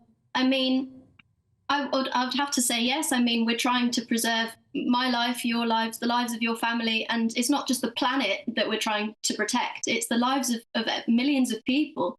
And you know, we know from history that we have to break the law in order to put pressure on the government and to be listened to. No one would doubt your sincerity in your views. You genuinely believe in what you fight for. But there are others who think differently. For example, there are Islamist extremists who believe that people will go to hell unless they convert to Islam. They will sincerely, perhaps, break the law in order to force people to convert. In their view, they might be saving people's lives for eternity. There might be abortion activists who say that babies are being murdered and to save their lives we need to break the law to stop people having abortions. Why do you get to say that your moral conviction is the one that's right and other people's individual moral conviction are those that are wrong? So what's really integral to the Just Stop Oil campaign is the fact that it is a non-violent campaign. That's what separates us from the examples that you've just given. We're absolutely dedicated non-violence, both as a tactic and as a principle. So though we might be breaking the law, it will never be an act of violence. So you, for example, so you wouldn't oppose, for example, anti-abortion activists throwing paint at buildings, perhaps blocking people from going into abortion clinics. In your view, that would be non-violent protest and therefore completely fine?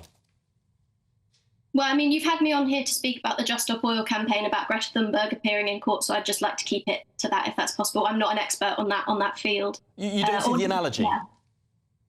I understand the comparison you're trying to make, but I'm not... I think the problem is that in a democracy and in a society, people have a multiple of different views and a multiple of different priorities. If everyone went around throwing paint at, you know, the Mona Lisa, graffitiing buildings, blockading roads, climbing up bridges for the sake of their big priority, their policy agenda, we'd live in in anarchy, wouldn't we, really?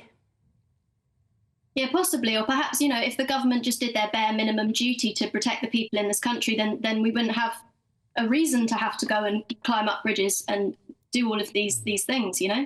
But isn't the point here that we have a democratic society? We decide what the things that we want to do, or indeed what we want the government to do, democratically. And there's a risk of disorder, of chaos, if individuals take it upon themselves to break the law for whatever their course is. Surely the way that we decide what society wants in general is democratic and within the law. Well, of course, we know also that protest is absolutely integral to maintaining and upholding a democracy, and in particular, non-violent protest. I mean, I really can't express to you how severe this situation is, and I'm sure you know this.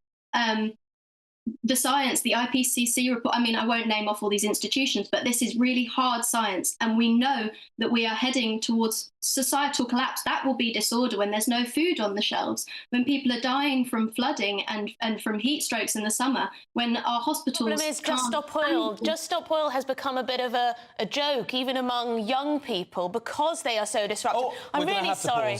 We're going to have to leave it there. Thank you for your time. Let's cross live to South London, where Superintendent Gabriel Cameron is reading a statement. Through a horrific incident that occurred last night, which resulted in a 31-year-old female and 2 children aged 3 and 8 being attacked with a corrosive substance, which we now confirm to be an alkali. A male was with them in the vicinity, a 35-year-old male called Abdul Izedi. And he left the scene, but the injuries to the female and children, they're in a stable condition, but we are just monitoring, but they don't seem to be life-threatening, but at this time they could be life-changing. The male was last seen in the North London area, Caledonian Road, and if you see him, there'll be some images circulated later today. If you see him, I plead to not approach him. He's a 90, call 999. He has significant injuries to the right side of his face. I have a special number. If you do have any information, any dash cam footage, ring doorbell footage, I've got a number which I'll plead for you to call. It will go direct to my specialist officers, and that number is 0207 175 2784.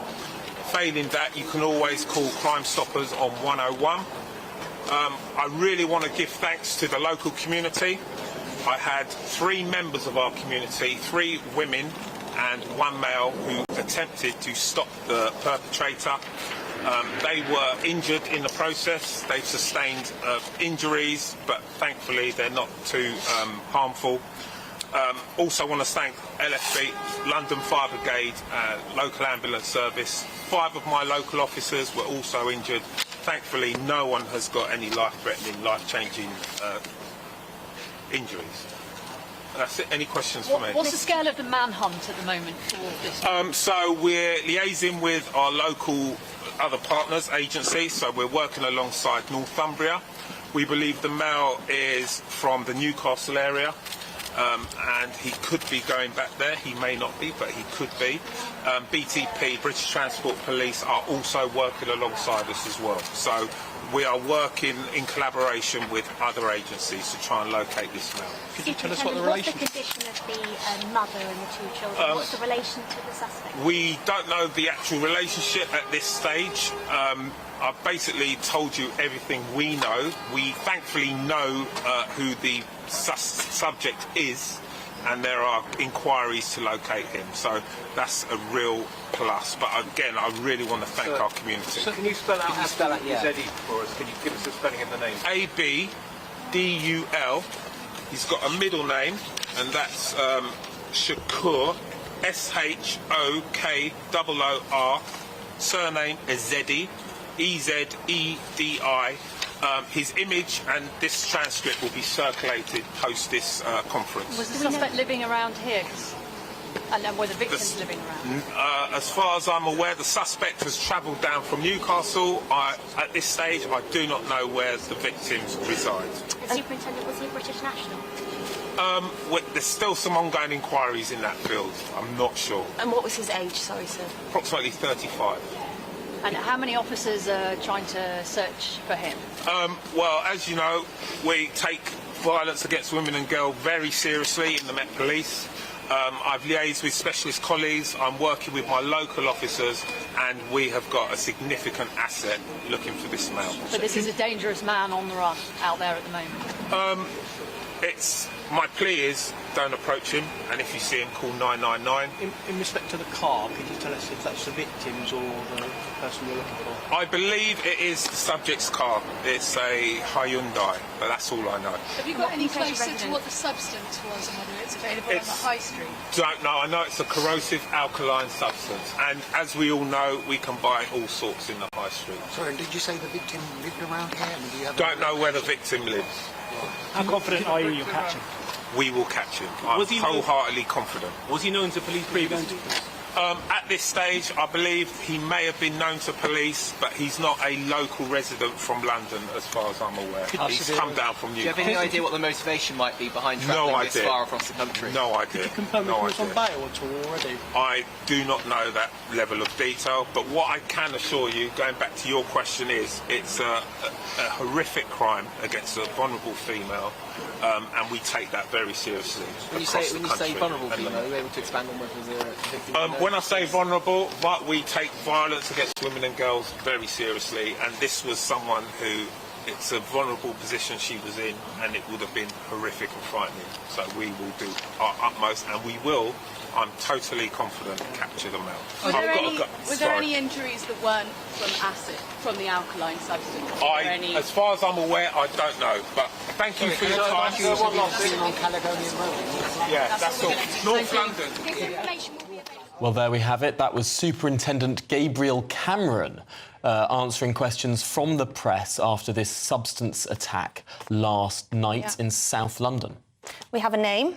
The suspect is an Abdul Shakur Ezedi, and he is approximately 35 years old. That's what the superintendent said there. He travelled down from Newcastle, so he's not a local resident to London. No, it did seem that they have gathered quite a bit of information from those who he attacked. Now, the superintendent said that those who received the attack will live, but may have life-changing injuries. That is yet to be determined. They are currently in hospital. He did say he may have been known by the police, but gave no more detail on that. Should we cross live to GB News reporter Ray Addison, who has been on the scene? Ray, you were listening in to what the superintendent had to say there. What do we need to know then?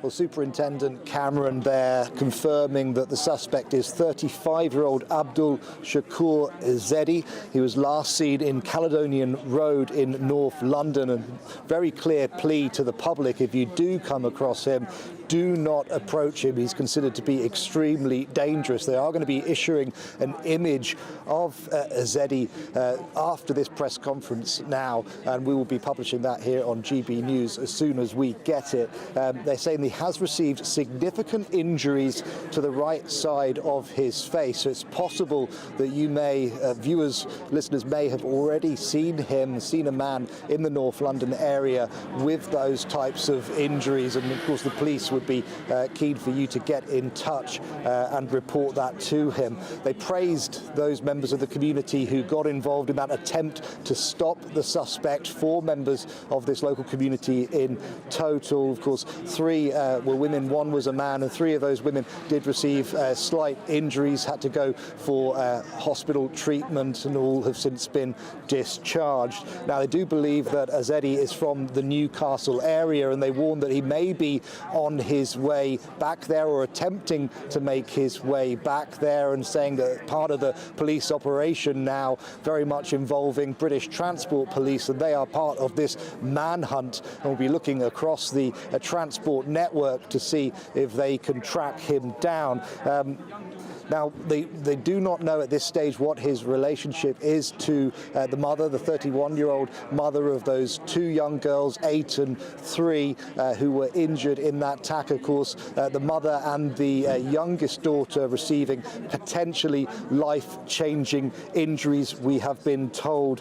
We do know that Ezedi had travelled from Newcastle. We're not sure on what date that had happened, but he travelled from Newcastle to here before this attack took place at around 7:25 last night, just down the road from Clapham Common. Ongoing inquiries taking place to find out whether he is or is not a British national. A significant police operation now underway, and also stressing that they do believe that he was the owner of the vehicle where this attack seems to have centred around, on this road here directly behind where I'm standing. And that, of course, would mean that he would be presumably without a vehicle if he is trying to make his way down back to Newcastle, and perhaps would be trying to use the rail network.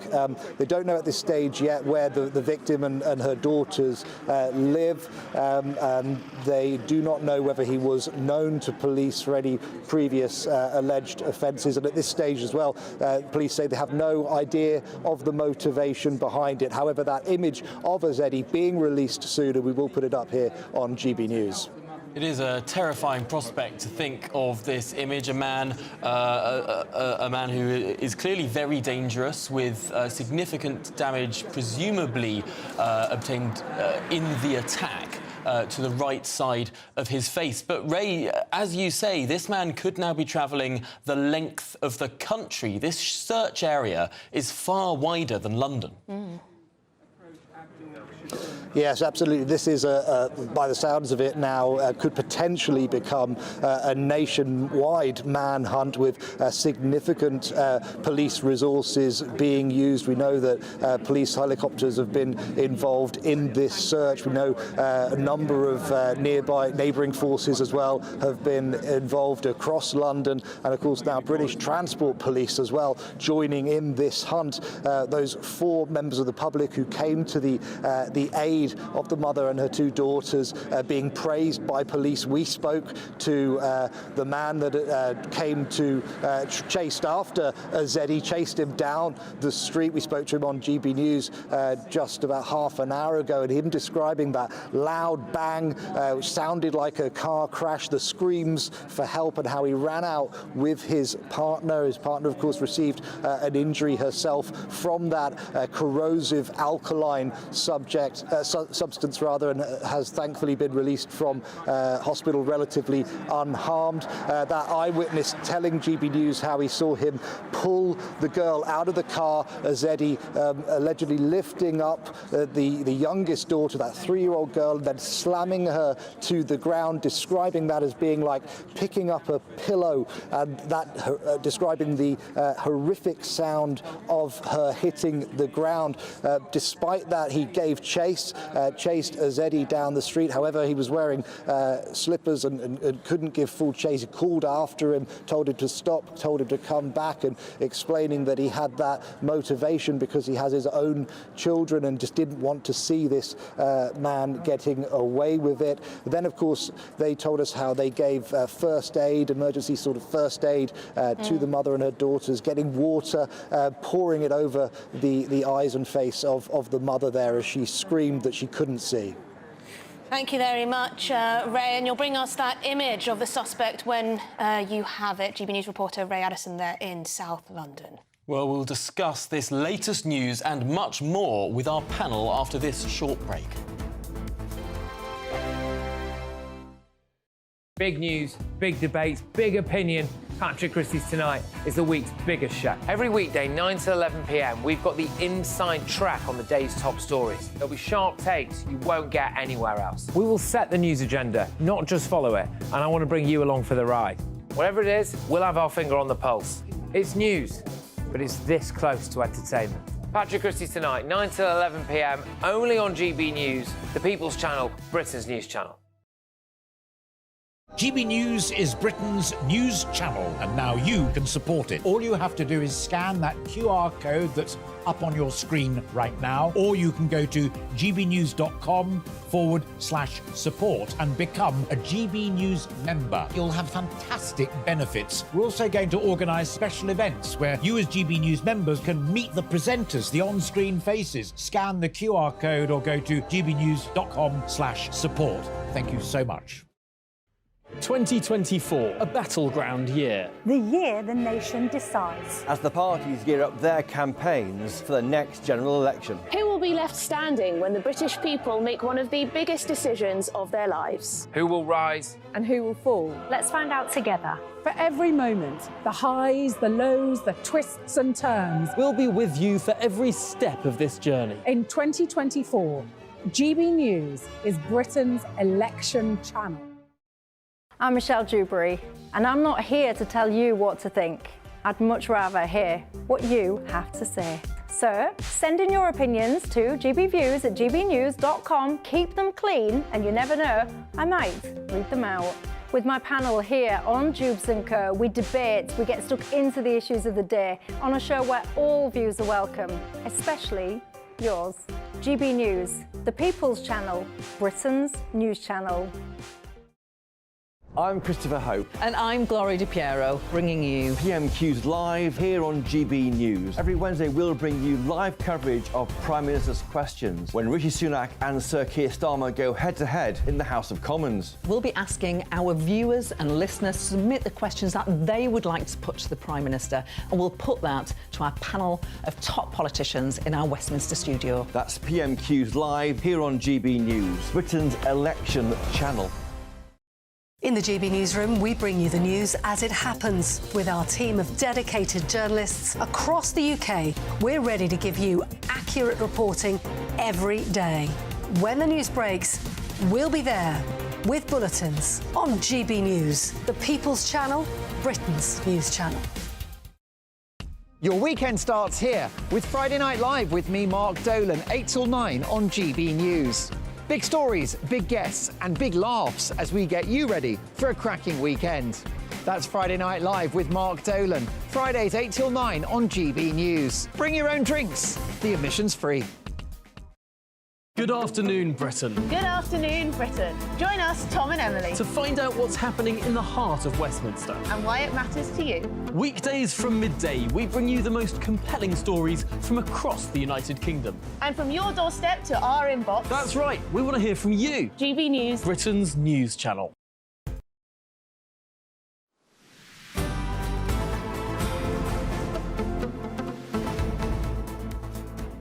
Well, before the break, we were hearing from a superintendent in South London telling us more about this suspect who's on the loose, this manhunt that's going on, could be going on across the entirety of the country. And then, of course, we've got MP safety at risk. Mike Freer MP stepping down because of fears to his safety from extremists. So where do we stand in this country in terms of public safety? With us to discuss this is the author and broadcaster Mike Parry and the former Labour Minister Ivor Kaplan. Thank you very much indeed for joining us. Ivor, we'll start with you.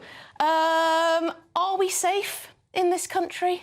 I think in general terms we are, but what we're seeing is how people are using aggressive behaviour, which is not really required. I don't think, even that Alkaline event last night in Clapham seems to be totally inappropriate of a way to even deal with the matter. And I'm sure the police will get that gentleman soon. But I can't understand sometimes, and we said this earlier, I can't understand how people behave today compared to 25 years ago. It's not acceptable.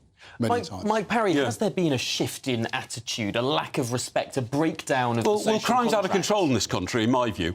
Where you used to feel safe, you no longer feel safe. Now, I live on the border of Greater London and Surrey, and I couldn't get to work 3 weeks ago because a young boy got stabbed outside the station in Sutton, which is a very safe borough. Lots of people from Hong Kong have come there because it's safe and very low crime figures. And yet that's what's happening in a lot of boroughs in this country. There's a retired detective who stars on some of your shows here, Peter Bletchley, is it, something like that? Yeah. He said exactly the same thing. He said he lives in a leafy London borough and they've had stabbings where he is. The shoplifting epidemic is out of control. If people stop the traffic on roads, that's a crime and that's out of control. It's lawlessness in this country. And as for Mr Freer now, who's decided to step down, I'm not quite as sympathetic as a lot of people are to him. Politicians put themselves up there because they want to represent the people. If there's a crime wave in this country, I'd say backing down on it is not the way to show leadership. I know he said I'm not going to stand at the next election, but frankly, if you were running, a mayoral office in Colombia or Sardinia and the mafia were after you, I can understand the problem. But you should stand up to the fact that crime is increasing in this country and try and do something a bit more solid to repel it. That's easier said than done, though, isn't it, when you're receiving death threats for years and years and years from Muslim extremists? Of course it's easier said than done, but you're supposed to have fibre and character and the will to overcome criminals in this country, and I think he's not setting a good example. People have been doing this for years, especially to MPs. This is not new that MPs are being attacked. I agree, and so they should know it's going to happen to them if they take office. Exactly. I mean, unfortunately, in my time, we had people demonstrating about Iraq and all that sort of thing. So these are not new things, but it does seem that the public feel more engaged. And part of that, I would say, is probably social media as well, which ups this to some other level. It may well be. Look, the biggest problem we've got in this country is we don't see policemen on the streets anymore. And when you don't see policemen on the streets, a shoplifter can run out of a shop and know that he's not going to run into a policeman. People can commit crime and know there's not going to be anybody around. Sometimes, when I'm in London, I go past the Indian Embassy at the Aldwych, and there are 2 armed policemen standing outside it 24 hours a day. Now, I'm not saying they shouldn't do that, it's the diplomatic service, but if we can provide that sort of cover for the Indian Embassy, why can't we provide more cover for our MPs by re-examining the resources we've got to help the people who are elected to run the country to run it without fear or favour? I mean, there is an interest here, sorry, Tom, just briefly, on, could we find proper security for 650 MPs? That's a hell of a question when we've not been doing it but for those in government over many, many years. And it's not the same as, for instance, in the US, where they do have that kind of security level. So there are some real issues there. I mean, people will say, oh, why should MPs get, you know, extra security? I don't feel safe in my neighbourhood. And to an extent, that's right. But actually, if our MPs, our politicians feel under threat, feel unsafe, that has a very chilling impact on our democracy, does it not, Ivor? Absolutely, 100%. You're spot on there. And you know, I think that what we've seen with Mike Freer is something that I think he would have thought long and hard about, to be honest. But at the same time, I'm someone who would have liked to see him stay. Because he's been a very good member of Parliament. But you know, if you've had your time, you've had your time. You know, I had my time. I was very happy with it. Did you feel threatened when you were sitting on those green benches? Not so much on the green benches, Tom, as when you were out and about. That was always the thing. And of course, in my last 2.5 years in the Ministry of Defence, I wasn't on my own when I was out and about. So, you know, having a proper security detail with you were you makes a in big Parliament difference. when Fathers for Justice threw the yellow smoke, the purple smoke at Tony Blair? Yeah, if I can own up to this point, I was on duty as the government whip at that point, and I dragged Blair out of the chamber, only to be told off by all the security people going, if that had been a bomb, you'd have blown him up. And I went, well, what am I meant to do? Goodness me. There's decision. But you make the decision. Show that this sort of sense of anxiety has existed for some time But in this country. it's getting worse all the time. 25 years ago, I think we were a fairly civilised country, but society's changed enormously. We now all accept greater levels of criminality in our everyday life. Well, it is, but coming up, thank you very much. Police name suspect who attacked a woman with a corrosive substance in Clapham. We'll be back on the scene. Looks like things are heating up. Boxed boilers, sponsors of weather on GB News. Hello, Alex Burkill here again with your latest GB News weather forecast. Whilst it is going to turn increasingly mild as we go through the end of the week, it will also be windy at times and there will be some rain. Most of that will be pushing in from the west because we have high pressure to the south of the UK, and it's this that's leading to a westerly flow across the country. As well as this, we do have a spell of more persistent rain across parts of Scotland as we go through the rest of today and the start of the night, but that rain does clear away towards the east as we go through the early hours of Friday morning. Elsewhere, it is going to turn increasingly cloudy as we go through the night, and there will be some outbreaks of drizzly rain, mainly towards the west. After a bit of a chilly start for some of us tonight, temperatures are actually going to lift, so by the time many of us wake up tomorrow morning, it's actually going to be relatively mild. Through the day itself, a rather cloudy picture, cloudier than today for most of us, and that cloud will be thick enough for some further outbreaks of rain across western parts in particular, perhaps something a bit more persistent pushing in across parts of Scotland and into Northern Ireland too. The best chance of any sunshine tomorrow will be in the east, and that's where temperatures are likely to be highest. Could get to highs around 15 Celsius, but for most it is going to be a mild day, albeit a windy one too. The rain pushes its way southwards, so on Saturday we're likely to see a bit of a wet picture across southern counties, a greater chance of seeing some sunshine further north, but there will be showers towards the northwest and a little bit chillier too. Elsewhere, as we go through the weekend, a rather cloudy picture and temperatures lifting again to above average for the time of year. That warm feeling inside from Boxed Boilers, sponsors of weather on GB News.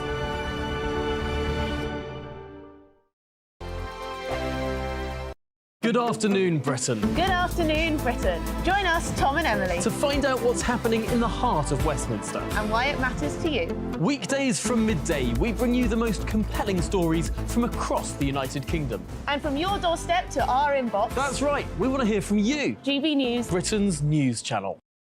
GB News, unlike other broadcasters, isn't obsessed with the London-Westminster bubble. We think there's a nation beyond the M25, and that's why we talk about the issues that matter across the land. Join me on State of the Nation, 8 to 9 o'clock Monday to Thursday on GB News. Daisy's listening, and you should too.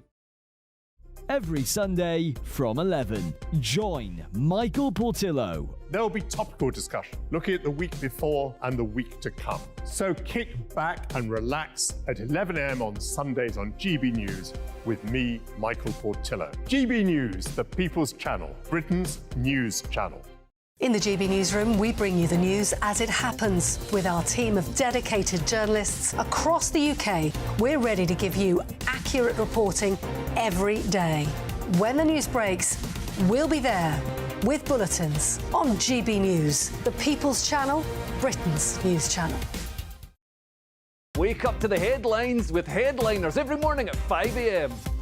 We treat you to the day's biggest stories before anyone else, 7 days a week. You can catch up on everything you need to know before you've even had your kippers.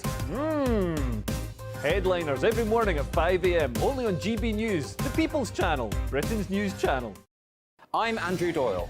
Join me at 7 o'clock every Sunday night for Free Speech Nation, the show where I tackle the week's biggest stories in politics and current affairs with the help of my 2 comedian panellists and a variety of special guests. Free Speech Nation, Sunday nights from 7 on GB News, the People's Channel, Britain's news channel.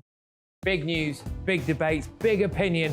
Patrick Christie's Tonight is the week's biggest show. Every weekday, 9 to 11 p.m, we've got the inside track on the day's top stories. There'll be sharp takes you won't get anywhere else. We will set the news agenda, not just follow it, and I want to bring you along for the ride. Whatever it is, we'll have our finger on the pulse. It's news, but it's this close to entertainment. Patrick Christie's Tonight, 9 to 11 p.m, only on GB News, the People's Channel, Britain's news channel. Now then, Lee Anderson here. Join me on GB News on my show, The Real World, every Friday at 7 p.m. I'm not eating bloody cat. Are you Delicious. mental? Open your mouth. OK, here comes a train. Reminds me of the scene in Singing in the Rain. Adam, is that a good one? Whoa! Join me at 7 on GB News, Britain's news channel.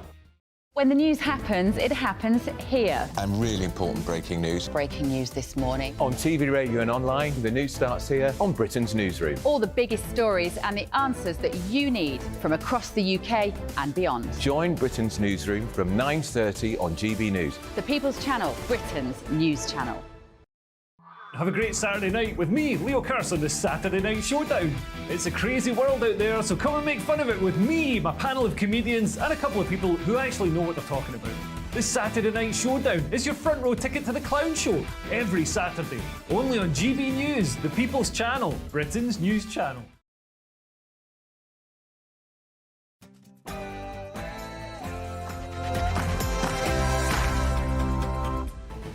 Good afternoon, Britain. It's coming up to 2 o'clock on Thursday, the 1st of February.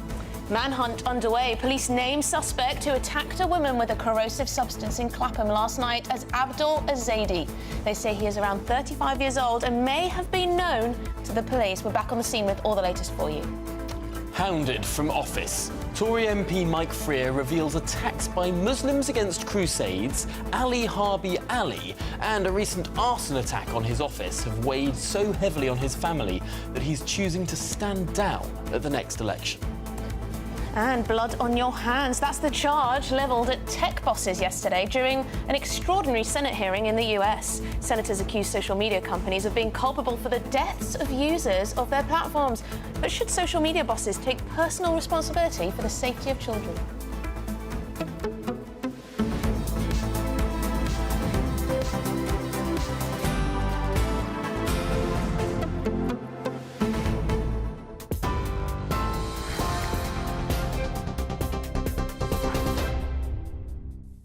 Good afternoon from the GB Newsroom. It's just gone 2 o'clock. The headlines this afternoon.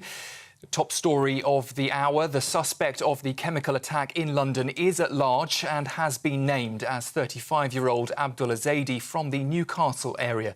Metropolitan Police say that the suspect has significant injuries to the right side of his face.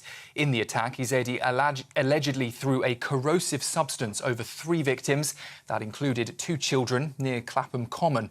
A 31-year-old woman and a 3-year-old girl have been left with potentially life-changing injuries following that attack. 5 police officers and 3 women have also been injured after coming to help the family. Superintendent Gabriel Cameron from the Metropolitan Police has been giving a statement. He left the scene, but the injuries to the female and children, they're in a stable condition, but we are just monitoring, but they don't seem to be life-threatening, but at this time they could be life-changing. The male was last seen in the North London area, Caledonian Road, and if you see him, there'll be some images circulated later today. If you see him, I plead to not approach him. Well, in other news, inflation is expected to temporarily return to the Bank of England's target of 2% by this summer. That's a year and a half earlier than previously expected. The news comes as today the bank has held its interest rate at 5.25% for the fourth time in a row. Labour says households are paying the price, though, for 14 years of economic failure under the Conservatives. But the Chancellor says the government's plan is working. And people feeling their living standards going up. And that is what we want to do. That's why we took some very difficult decisions. But if we compromise that, if we go on a spending spree, if we start borrowing £28 billion as other parties are advocating, then we will risk that progress. We will go back to square one. And that's why this is a time to stick to a plan which today's figures show is clearly working. A couple are expected to stand trial over the alleged arson attack on Justice Minister Mike Freer's constituency office. The pair deny setting fire to that building. The MP, though, described the incident as the final straw after receiving a series of death threats. He has now made the decision to step down at the next general election. Speaking to GB News, the MP said that he was worried about making it home safely each day. Well, we're now going to cross live to hear from Keir Starmer at Labour's business conference in central London. All for coming, for being in this hall with us, and what an impressive room this is. A testament, I think, to the changes we've made over the last 4 years. I mean, just for a moment, if you'll indulge me, I'd like you all to cast your mind back to 2019. Let's imagine that you were invited to an event like this, a Labour business conference, before any of the changes to our party had taken place. The question is, would you go? Would you, as a wealth creator, feel that your ambition, the vital role you play in our economy, commanded the respect it deserves? Now, don't worry, they're called rhetorical questions for a reason. And this isn't an audience participation event, so I'm looking around the room, put your glitter away. But doesn't that thought just show the scale of the journey that we've been on? The depth of the changes we've made to transform the Labour Party's relationship with business. It's something that I take immense pride in. This has always been one of the key tasks in my project to return Labour to the service of working people. Because we know that in the real world, working people want success as well as support. They want a government capable of matching their aspirations, understand completely that private enterprise is how we pay our way in the world. So all the hard work that's taken us to this point, it's vindication, a recognition of that guiding belief, not just that Labour could be the party of business, that Labour should be the party of business, that now also, 4 years on, Labour is the party of business. But this project has to be more ambitious than changing the culture of my party. You've heard me say many, many times over the last 4 years, I want a partnership with business. But that word, partnership, has to express more than just a good relationship. Frankly, that should be par for the course. So look, everything we do is driven by a determination to provide the businesses, communities and people of this nation with the conditions to succeed, to set a direction. 5 national missions the whole country can get behind, and then bring people together to achieve them. That's the job of government, as I see it, and understanding that we serve the country while you drive it forward. That is what national renewal means. And I know you stand ready to join us. I also know that the caricature that British business only serves the shareholder interest is lazy and out of date. In fact, one of the things I draw great hope from is the determination I see from the countless business leaders I've met to serve the national interest. A pride not just in the contribution you already make, but what else you could achieve if you had a government that matched your ambition. Well, there we have it. Sir Keir Starmer making his pitch to business leaders. Of course, the Shadow Chancellor, Rachel Reeves, announced earlier today that the Labour Party would freeze the rate of corporation tax, not raising it if they were to win power, freezing corporation tax at 25%. And that's interesting, isn't it? With her also announcing the bankers' bonus cap will not be put back in place if Labour get into power. So very much trying to get business on board, but will it upset the left of the party?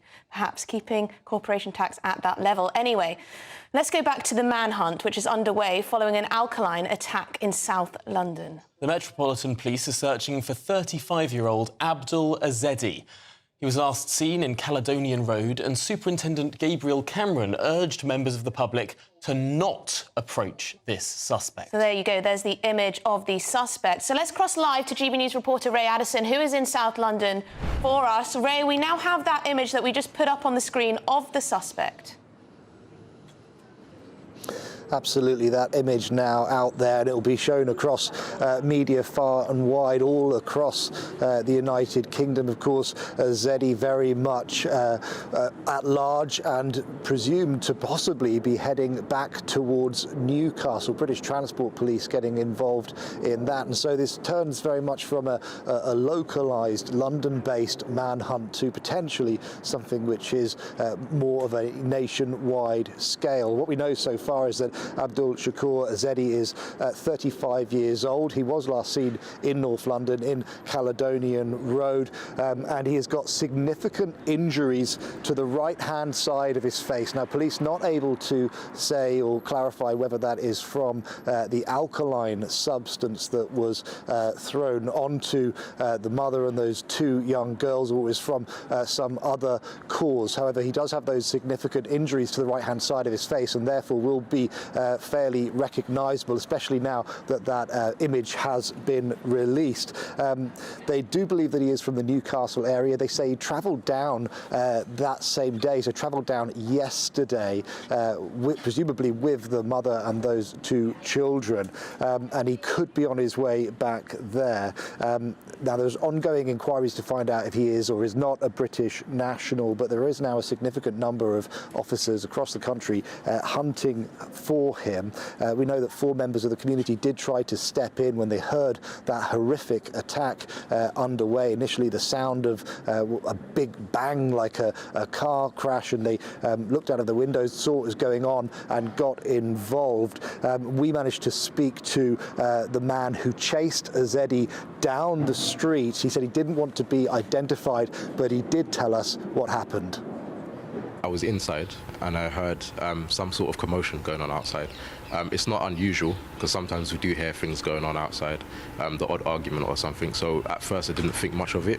It's only until I heard like a bang which sounded like a car crash where I thought, let me sort of look out the window and see what's going on. So I couldn't see what car it had crashed into because my car's parked out there, so I was quite concerned. And then I heard someone scream help. So me and my partner sort of ran outside. As soon as we got out there, we saw this guy pull this very young girl, probably about 2 or 3, out of the back of the car, and he lifted her up as high as he could, and he just slammed her to the ground.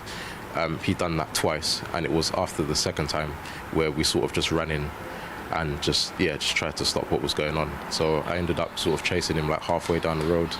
I had on slippers, so it was quite hard to continue running, so I ended up stopping. I had got back up to the top of the road, closer to where it happened, and my partner just said to me, just go and get some water, I still wasn't aware of what happened, so I just ran inside and just grabbed the water, and then I saw, I believe it was the mother of the child, and she was just screaming like, I can't see, her eyes weren't open, so I just opened the bottle of water and just sort of just sprayed her down with the water basically, and then a few more bystanders had some water and just done the same. Well, dramatic testimony there from the man who gave chase to Zedi down the street, describing how he heard those screams from inside his apartment, running out with his partner, who also ultimately ended up with a burns injury as she tried to give assistance, although she is now discharged from hospital, saying how he saw the suspect, believed to be Zedi, pull the girl out of the car, lift her up and slam her to the ground like picking up a pillow, and the horrific sound that it made when she hit the ground. He did that twice, we're told. He chased after Zedi, but ultimately came back and provided first aid, pouring water over the face of the 31-year-old mother, who police tell us now may have life-changing injuries, just like her youngest daughter, 3-year-old girl, and also telling GB News that the older daughter, while she was receiving treatment and assistance from his partner, this little 8-year-old girl, saying how they didn't like the man. They didn't like the man, the little girl said to the partner, and local residents, of course, telling GB News that this incident has absolutely terrified them, although Met Police stressing they do believe this was an isolated incident. This is not terror-related, and so in terms of members of the public being concerned, they certainly should not approach this suspect. However, they should not be at further fear of attack.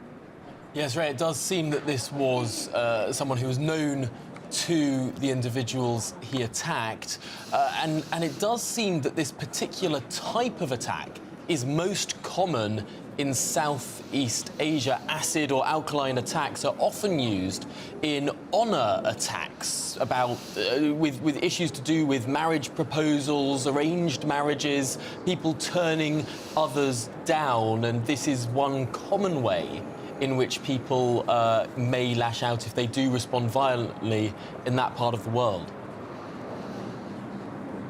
Well, what police were not able to confirm was the reason behind this incident, why it's happened, but also, I mean, although they've confirmed that it was an alkaline substance, they weren't able to say, you know, why he had this substance with him.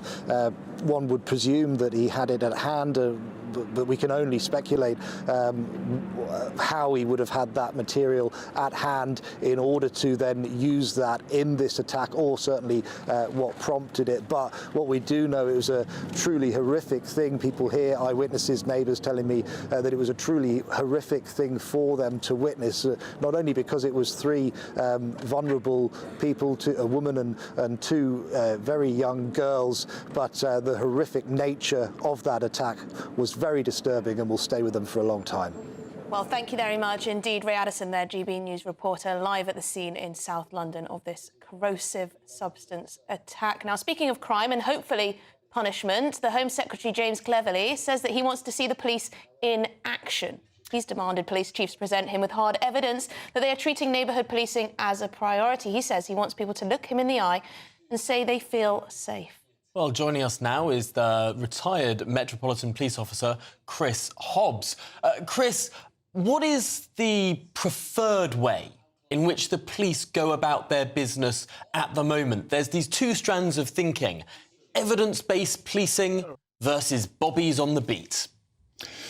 It's very, very difficult. The problem that police have got, basically, is that they're too thinly spread, and it's too much is expected of them. There's a long list, isn't it? Every month we hear police need to do more about this, police need to do more about that. And police do their best.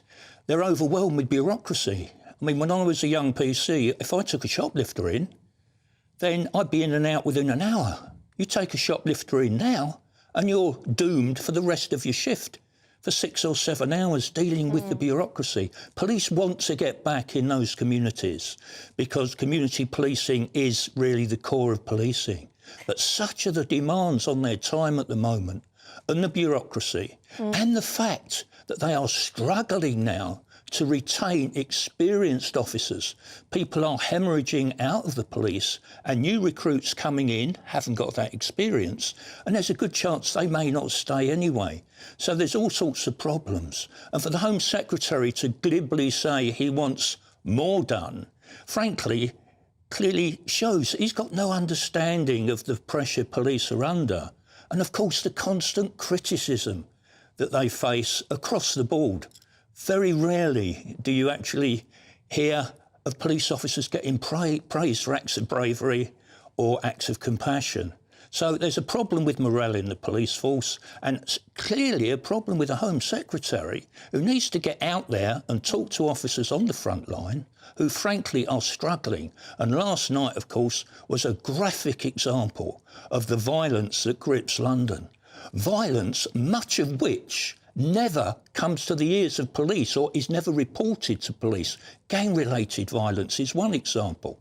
There are stabbings that go on that are never reported to the police. You see them on gang social media. So there's a far bigger problem, in fact, than the figures state. And then we have ridiculous assertions, don't we? This government has reduced crime by 50%. Oh, come on. Well, Chris, that's exactly the point I wanted to raise. We hear from the government, we hear from ministers, we hear from MPs telling us that crime is on the way down, that crime has decreased in recent years.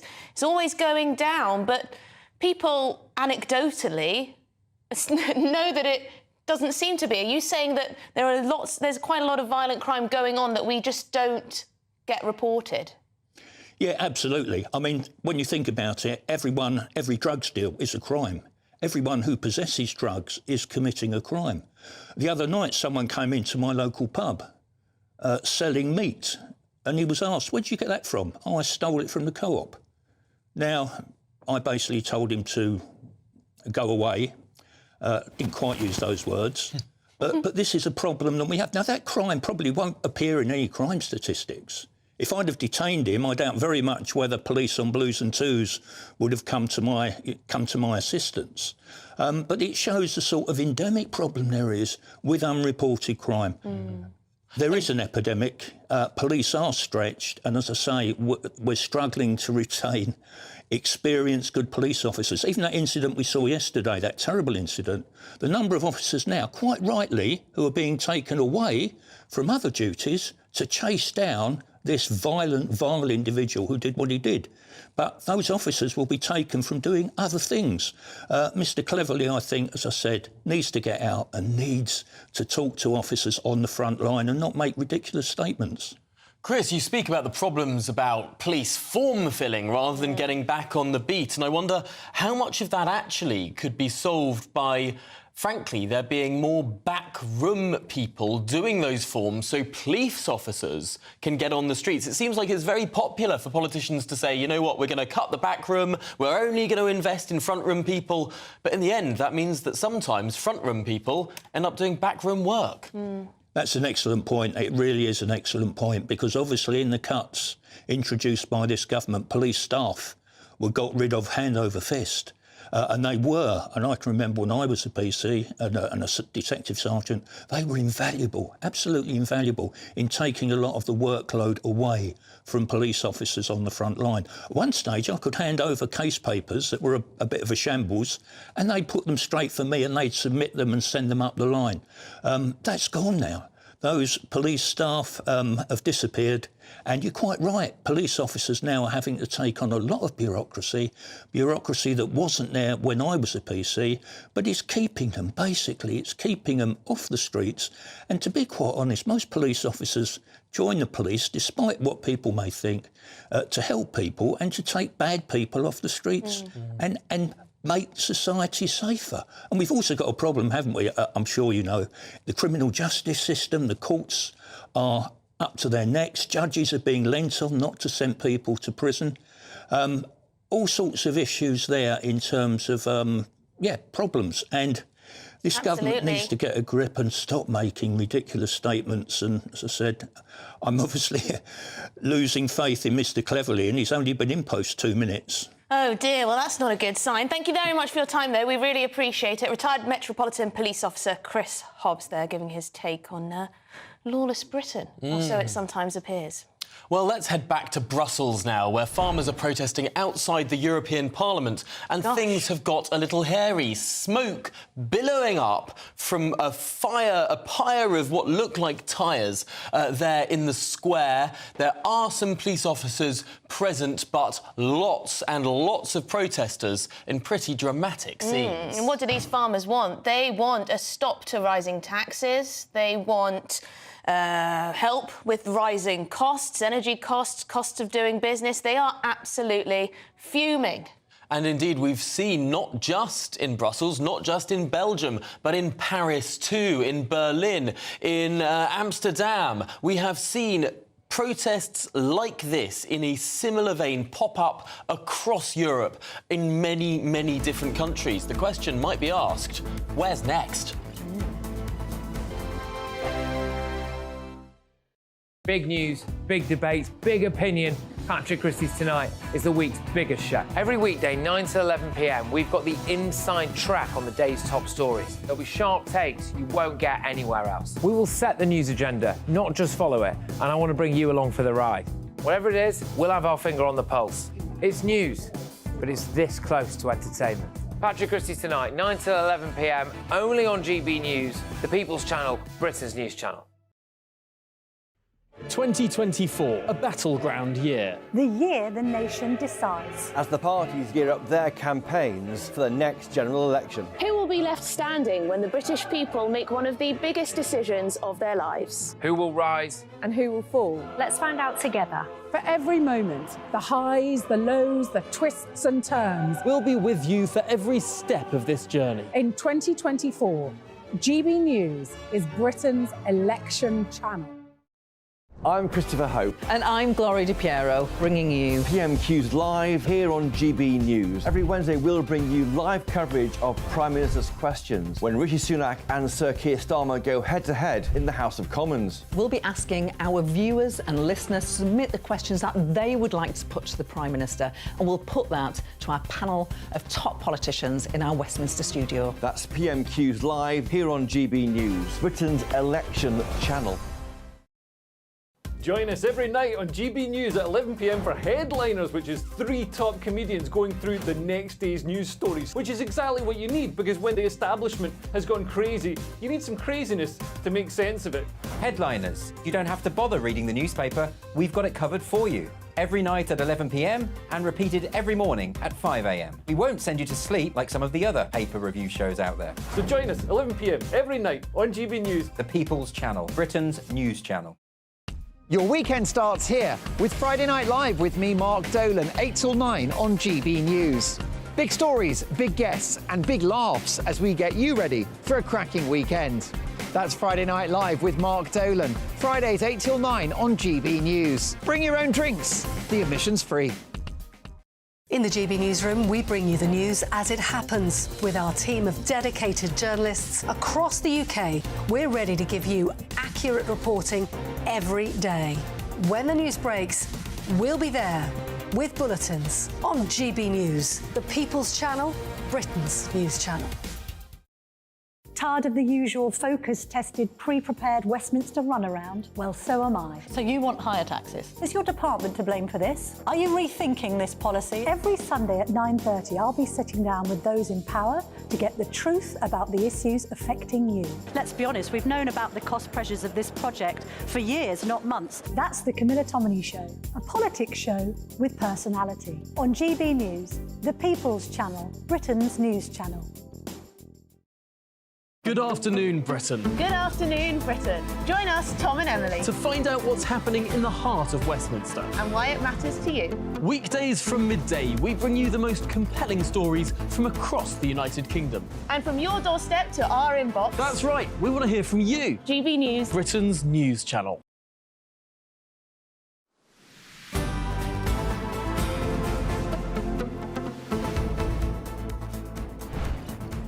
It's 12 I beg your pardon, it's 2:26, and these are live pictures from Brussels, where farmers have been protesting their conditions of work, the regulations that are placed upon them, the levels of tax they pay, environmental regulations and foreign trade. We've seen protests like this spring up, not just in Brussels, these are the very latest protests, but they are following protests in Paris, in Germany and in the Netherlands too. Very prominent placard there saying, "Say no to despotism." We know that these farmers are absolutely furious. We've seen this elsewhere on the continent, not least in France, where farmers descended on the capital, blockading routes into Paris. What the reaction is from the Europeans, from the EU Parliament, from the many bureaucrats, commissioners, MEPs there, we will bring you. But it does look like there are many, many people on the scene there. Huge billowing of smoke, fire coming from those tyres, it looks like. And already in response to these protests, we've seen some governmental shifts in Germany, in the Netherlands and in Paris, where Emmanuel Macron has promised to lobby the EU against free trade deals with South American countries. It's very interesting. A farmer representing the Spanish Farmers Union has said, "We want to stop these crazy laws that come every single day from the European Commission." So quite a lot of Euroscepticism coming from the farming industry across Europe, it seems. Now, back in Blighty, earlier we heard Keir Starmer speaking at the Labour Party's annual business conference. Yes, Rachel Reeves also spoke at the conference, outlining that the Labour Party will be the pro-business party in its decisions. These are challenging economic times. I know that British business have felt that. More than a decade of stagnant growth and anaemic investment. The next Labour government will maintain full expensing and the annual investment allowance. And within its first 6 months, a Labour government will publish a roadmap for business taxation. The next Labour government will make the pro-business choice and the pro-growth choice. We will cap the headline rate of corporation tax at its current rate of 25%. Very interesting coming from a Labour shadow chancellor, isn't it? Although it's worth remembering that the 25% rate of corporation tax is significantly higher than the previous rate of corporation tax. It was Rishi Sunak who raised it, but Labour say they'll not raise it any further. Was it Jeremy Hunt, our current chancellor, who said that he wanted it to be reduced to something like... He said initially he wanted to match Ireland with 12.5%. That's their corporation tax. But at midday, the Bank of England held the base rate of interest for the 4th time, keeping it at a 15-year high of 5.25%. Yes, Liam Halligan, GB News economics and business editor, is with us now with On the Money.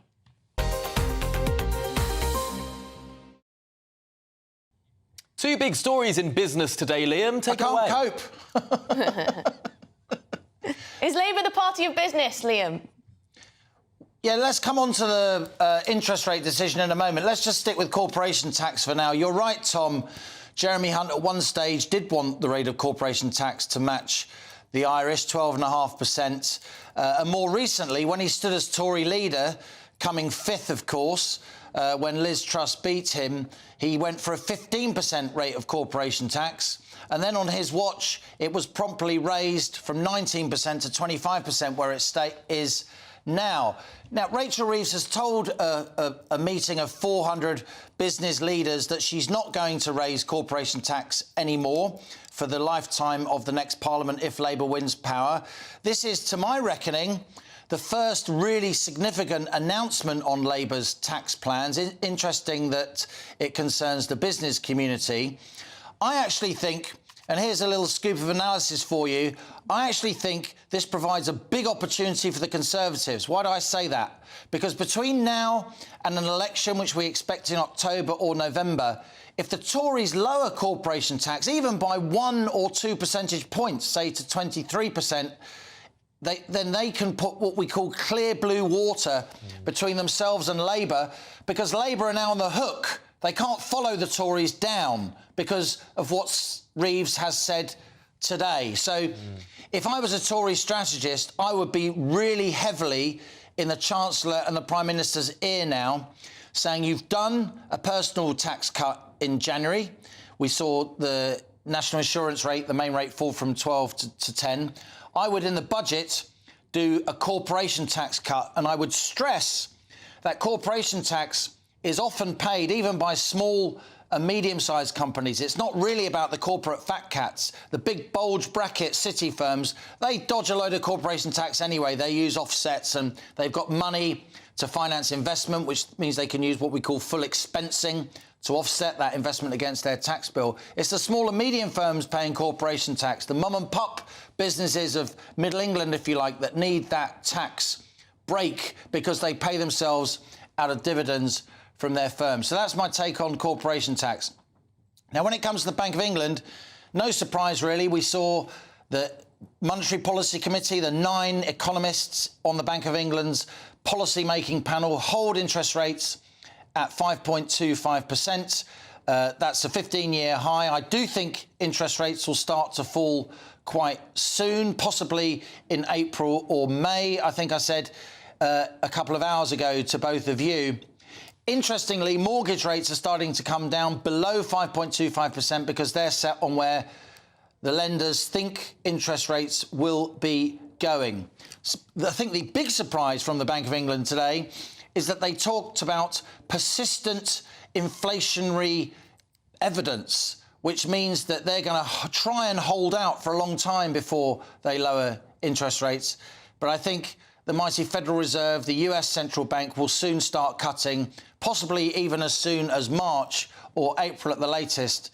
And then a lot of the Bank of England's analysis will go out the window and they'll do, as we so often do in monetary policy, as they say, and we'll follow the Yanks. Well, thank you very much. They always do that, doesn't it? They raise their rates faster and sooner than ours, and then we do it later. We raise our rates, and Liz Truss gets blamed. Anyway. Thank you, Liam. Great to hear from you. But coming up, Facebook founder Mark Zuckerberg forced to apologise to families of kids harmed by social media. But should social media bosses take personal responsibility for the safety of children on their platforms? That's after your headlines with Sam.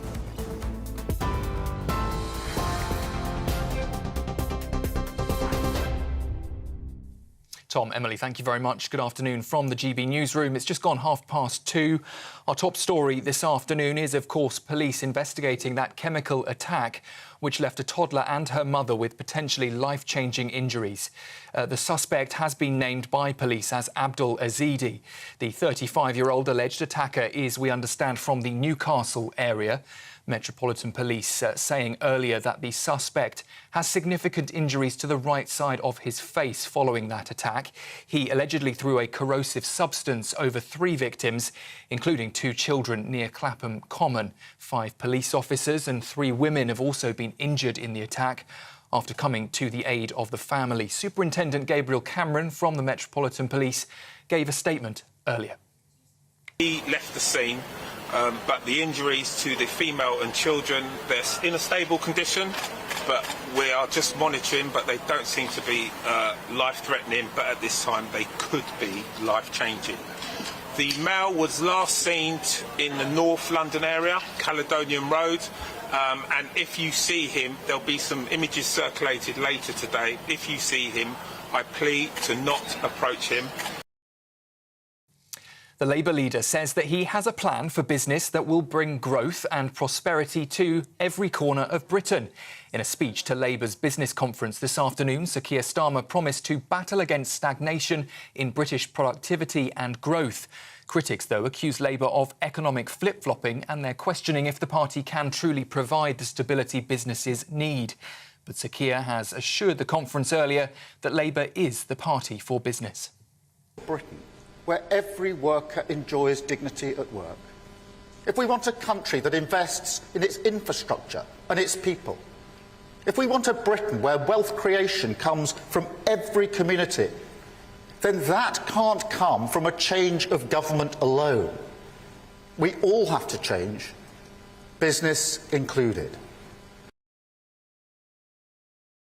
And we've also heard today that inflation is expected to temporarily return to the Bank of England's target of 2% by this summer. That's a year and a half earlier than was previously expected. The news comes as the bank's announced it's held its interest rate at 5.25% for the 4th time in a row. Labour says households are paying the price for 14 years of economic failure under the Conservative government. And for the latest stories, you can sign up to GB News Alerts by scanning the QR code on your screen or by going to gbnews.com/alerts.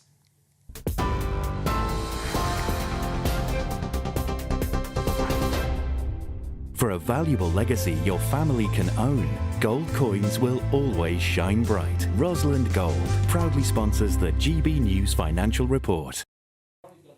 And here's a look at the markets this afternoon. The pound will buy you $1.2657 and €1.1706. The price of gold is currently £1,613.52. That's per ounce.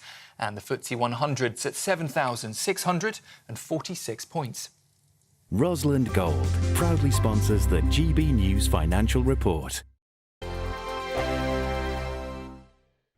2024, a battleground year. The year the nation decides. As the parties gear up their campaigns for the next general election. Who will be left standing when the British people make one of the biggest decisions of their lives? Who will rise? And who will fall? Let's find out together. For every moment, the highs, the lows, the twists and turns. We'll be with you for every step of this journey. In 2024, GB News is Britain's election channel. Big news, big debates, big opinion.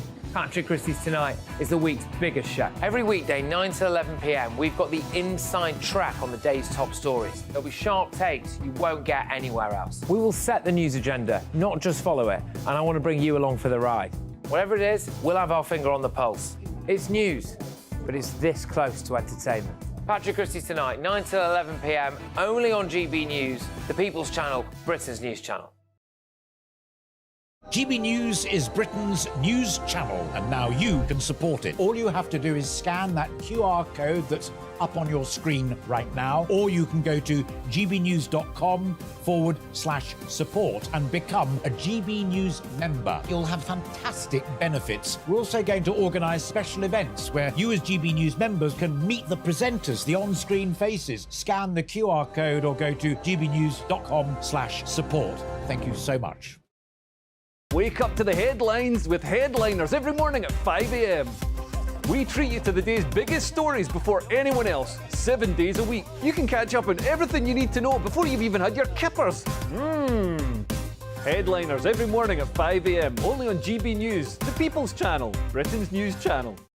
When the news happens, it happens here. And really important breaking news. Breaking news this morning. On TV, radio and online, the news starts here on Britain's Newsroom. All the biggest stories and the answers that you need from across the UK and beyond. Join Britain's Newsroom from 9:30 on GB News. The People's Channel, Britain's news channel.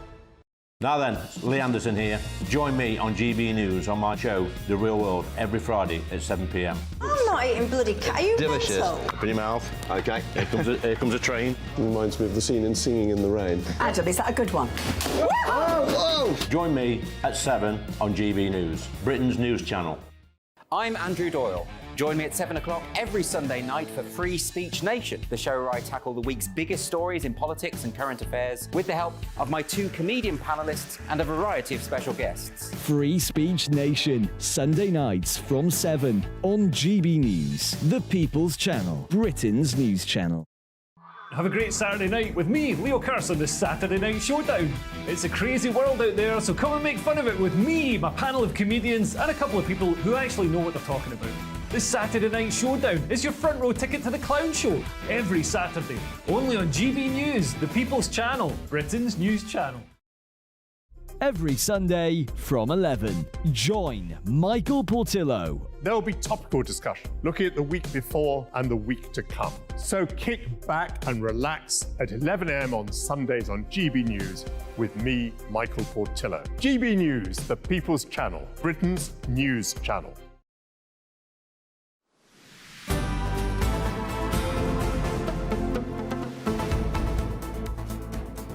Good afternoon, Britain. It's 20 to 3, and blood on your hands. That's the charge levelled at tech bosses yesterday during an extraordinary Senate hearing in the United States. Senators accused social media companies of being culpable for the deaths of users of their platforms. Well, let's discuss this now. We're delighted to be joined by Ivor Kaplan, the former Labour minister, and by Mike Parry, the commentator and broadcaster. Mike, this was a pretty testy hearing. Yeah. We saw a lot of senators lined up there, perhaps because it's election year, shouting at the billionaires. Yeah, I'm not quite sure what these billionaires are accused of. I'm not sure what Mr Zuckerman is accused of. Mike, I'm going to interrupt you because we have a clip to show you, because Lovely. I want you to react off the back. OK. Mr Zuckerberg, why should your company not be sued for this? Why is it that you can claim, you hide behind a liability shield, you can't be held accountable? Shouldn't you be held accountable personally? Will you take personal responsibility? Senator, I think I've already answered this. I mean, these Well, try this again. issues. Will you take personal responsibility? Senator, I view my job and the job of our company as building the best tools that we can to keep our community safe. Well, you're failing at that. Well, Senator, we're doing an industry-leading effort. We build AI tools nonsense. Your product is killing people. Will you personally commit to compensating the victims? You're a billionaire. Will you commit to compensating the victims? Well, Republican Senator Scott Hawley there. And it is interesting that suddenly Scott Hawley, Ted Cruz, a lot of these perhaps big names in US Republican politics really going after these social media companies. Yeah, but again, you see, I'm not quite sure what they've been accused of. Now, we can't live without the internet because that's the way we communicate in this world. We can't live without things like Facebook because that's how people communicate with each other. There are bound to be parts of the new systems that we use which are susceptible to being misused. But, for instance, supposing I said to you, D.H. Lawrence should have been charged for writing Lady Chatterley's Lover because Lady Chatterley's Lover might have made people behave badly towards other people. You'd have said, yes, that's true, we've got to ban Lady Chatterley's Lover. Do you see what I mean? And Ivor, is this not the same argument as violent video games means that everyone's going to go and be violent to one another? I think that was sort of roundly discredited after it became a big sort of social panic in the 1990s. Is this a similar social panic? I just think what we've just seen, the clip we've just seen, I think just shows to everyone how really difficult these issues are. And you've got very experienced business people there being torn apart, predominantly, let's be serious, about politics in the USA, which we all know is a different beast to the one that we have. And that's one of the reasons that we saw what was going on. I'm not sure that you can blame, people who own Facebook or whatever it is and say you're responsible for something that has happened. Well, why do they feel so emboldened to level that accusation at these bosses? Is it just because they know it's going to play well with large parts of America? Look, people are going to say, you blame everything on wokeism, but it is about wokeism. It is about people not taking personal responsibility for their lives and politicians knowing better, telling people how to run their lives. Now, behind Mr Zuckerberg and all those other people yesterday were a load of families holding a load of pictures, say, these are the victims. I would like to have seen some of those parents come onto the committee and I would like them to have been cross-examined. How did your children get harmed by Facebook? Tell us. And if they said, well, at the age of 7, and you say, well, that's bad parenting. That is bad parenting.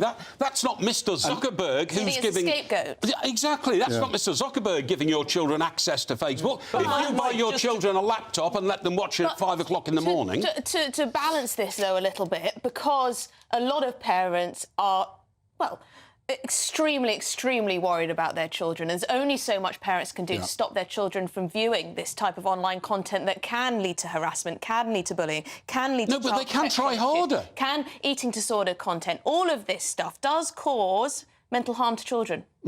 Absolutely. But I think it's very different in the US from the UK. And that's one thing I would say. I think over here we have got, over the period of time of the last 10, 15 years, we've been able to manage, the social media and actually try and press people like Zuckerberg to do certain things, and those have actually happened in and around the UK. I found something really interesting, because I didn't know this until yesterday. In the US, there has been a spike in suicides.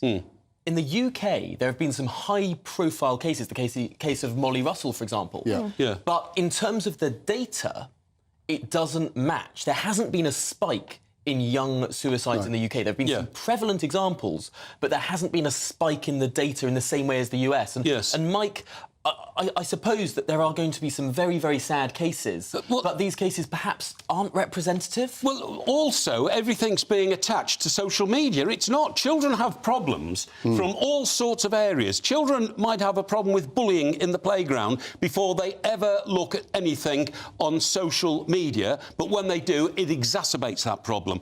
Children might have problems at home with their parents, and that might give them suicidal thoughts, but then they see something on Facebook. What I'm saying is that it's far too bland to say that it's all down to the fault of these, you know, media giants who have these businesses which circulate the world. I grew up with Facebook as a teenager. Yeah. And had I had mental health difficulties, I can see how it could push teenagers into quite a dark place. But you also have parents... Because it is damaging. Even just seeing unrealistic images of other girls of your age, or seeing that you weren't invited to this party. It sounds trivial, but for prepubescent and teenage girls, and also boys, can feel like the world is upon you, right? Because it's everywhere, and the bullying, very extreme. I mean, Tom just mentioned the Molly Russell case. Now, that's kind of something that we all know about, and it's been well documented over the period of time.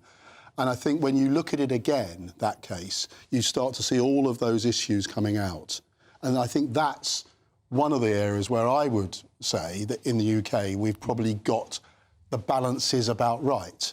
I'm never sure I can also say that about the US. I want to know where the parental guidance is, OK? Because before we had internet, before we had the Facebook, a parent might get involved in its children's homework, right? It might say, I'll help you with that, I'll help you with this. Nowadays, it's far too easy for parents to say, just look at your screen, that will solve all your problems with your life, and I don't have to exercise any parental control, nor do I have to find the time or the energy or the brain power to help my child because this machine helps my child. I think it's bad parenting. But it's a really difficult balance, isn't it? Because for some extent, for children to be included in class, maybe they get home, maybe all of their friends are on Instagram. Why won't my parents let me be on Instagram, etc.? You get these very difficult balancing that again is good parenting. That's years ago. That was when the child came home and said, Johnny's got a new pair of Adidas trainers, I want a pair. And you say, we can't afford them, so you can't have them. Then do you get social exclusion in school? Everyone's laughing about something they were chatting on the internet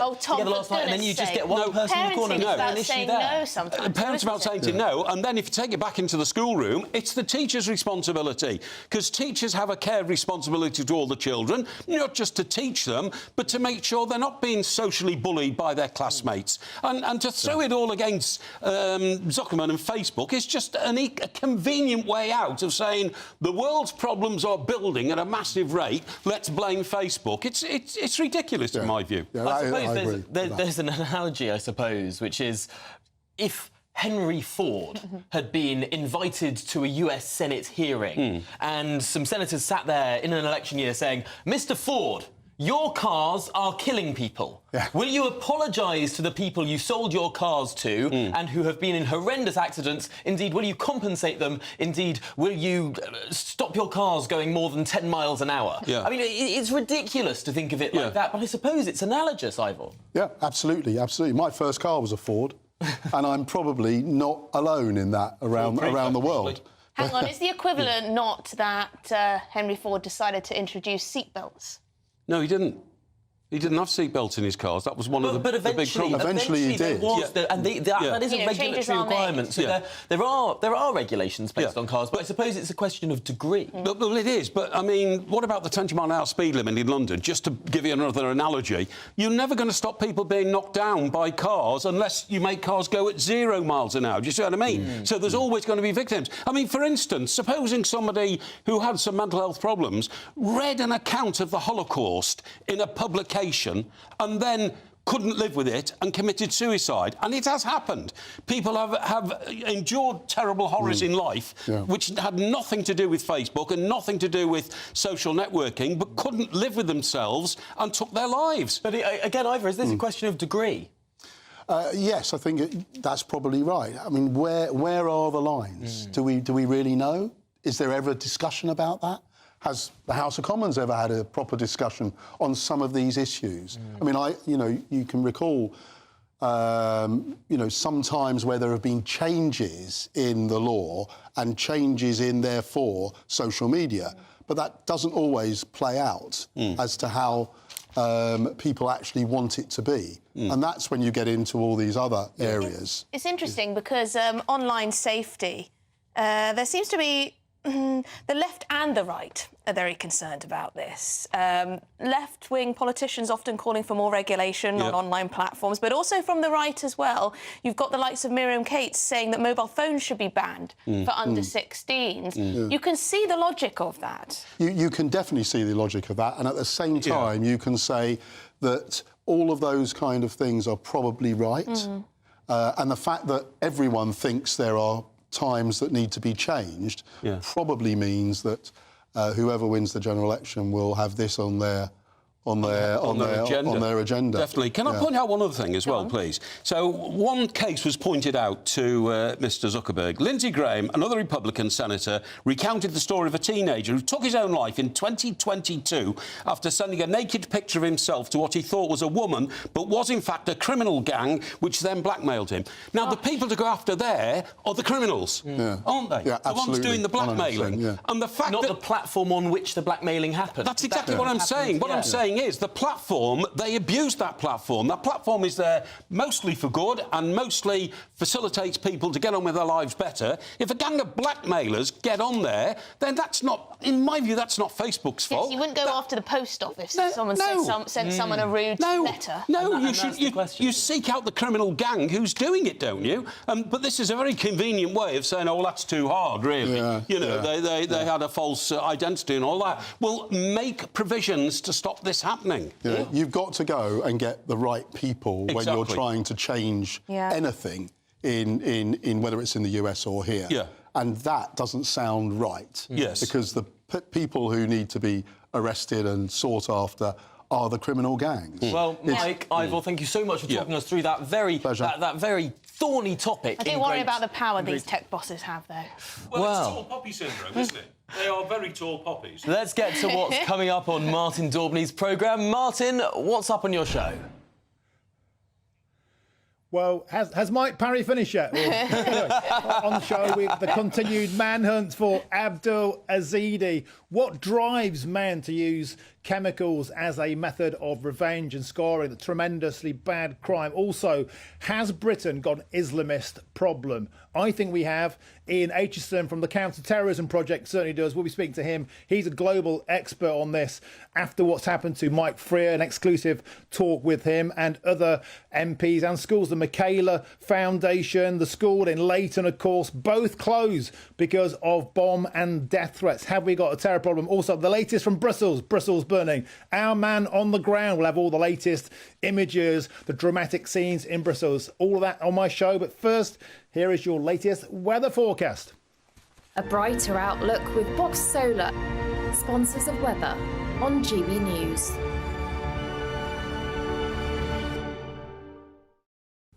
Hello, Alex Burkill here again with your latest GB News weather forecast. Whilst it is going to turn increasingly mild as we go through the end of the week, it will also be windy at times and there will be some rain. Most of that will be pushing in from the west because we have high pressure to the south of the UK, and it's this that's leading to a westerly flow across the country. As well as this, we do have a spell of more persistent rain across parts of Scotland as we go through the rest of today and the start of the night, but that rain does clear away towards the east as we go through the early hours of Friday morning. Elsewhere, it is going to turn increasingly cloudy as we go through the night, and there will be some outbreaks of drizzly rain, mainly towards the west. After a bit of a chilly start for some of us tonight, temperatures are actually going to lift, so by the time many of us wake up tomorrow morning, it's actually going to be relatively mild.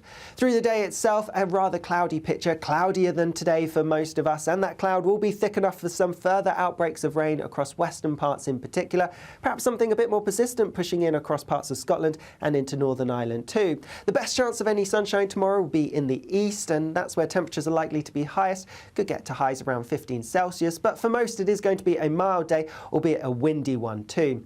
The rain pushes its way southwards, so on Saturday we're likely to see a bit of a wet picture across southern counties, a greater chance of seeing some sunshine further north, but there will be showers towards the northwest and a little bit chillier too. Elsewhere, as we go through the weekend, a rather cloudy picture and temperatures lifting again to above average for the time of year.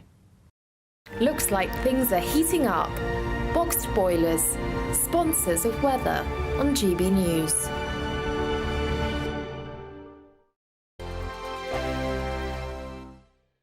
Big news, big debates, big opinion. Patrick Christie's Tonight is the week's biggest show. Every weekday, 9 to 11 p.m, we've got the inside track on the day's top stories. There'll be sharp takes you won't get anywhere else. We will set the news agenda, not just follow it, and I want to bring you along for the ride. Whatever it is, we'll have our finger on the pulse. It's news, but it's this close to entertainment. Patrick Christie's Tonight, 9 to 11 p.m, only on GB News, the People's Channel, Britain's news channel. GB News is Britain's news channel, and now you can support it. All you have to do is scan that QR code that's up on your screen right now, or you can go to gbnews.com/support and become a GB News member. You'll have fantastic benefits. We're also going to organise special events where you as GB News members can meet the presenters, the on-screen faces. Scan the QR code or go to gbnews.com/support. Thank you so much. 2024, a battleground year. The year the nation decides. As the parties gear up their campaigns for the next general election. Who will be left standing when the British people make one of the biggest decisions of their lives? Who will rise? And who will fall? Let's find out together. For every moment, the highs, the lows, the twists and turns. We'll be with you for every step of this journey. In 2024, GB News is Britain's election channel. I'm Michelle Dewberry, and I'm not here to tell you what to think. I'd much rather hear what you have to say. So send in your opinions to gbviews@gbnews.com. Keep them clean, and you never know, I might read them out. With my panel here on Jubes & Co, we debate, we get stuck into the issues of the day on a show where all views are welcome, especially yours. GB News, the People's Channel, Britain's news channel. I'm Christopher Hope. And I'm Gloria DiPiero, bringing you PMQ's Live here on GB News. Every Wednesday, we'll bring you live coverage of Prime Minister's questions when Rishi Sunak and Sir Keir Starmer go head-to-head in the House of Commons. We'll be asking our viewers and listeners to submit the questions that they would like to put to the Prime Minister, and we'll put that to our panel of top politicians in our Westminster studio. That's PMQ's Live here on GB News, Britain's election channel. In the GB Newsroom, we bring you the news as it happens. With our team of dedicated journalists across the UK, we're ready to give you accurate reporting every day. When the news breaks, we'll be there with bulletins on GB News, the People's Channel, Britain's news channel. Your weekend starts here with Friday Night Live with me, Mark Dolan, 8 till 9 on GB News. Big stories, big guests and big laughs as we get you ready for a cracking weekend. That's Friday Night Live with Mark Dolan. Fridays 8 till 9 on GB News. Bring your own drinks. The admission's free. Good afternoon, Britain. Good afternoon, Britain. Join us, Tom and Emily, to find out what's happening in the heart of Westminster and why it matters to you. Weekdays from midday, we bring you the most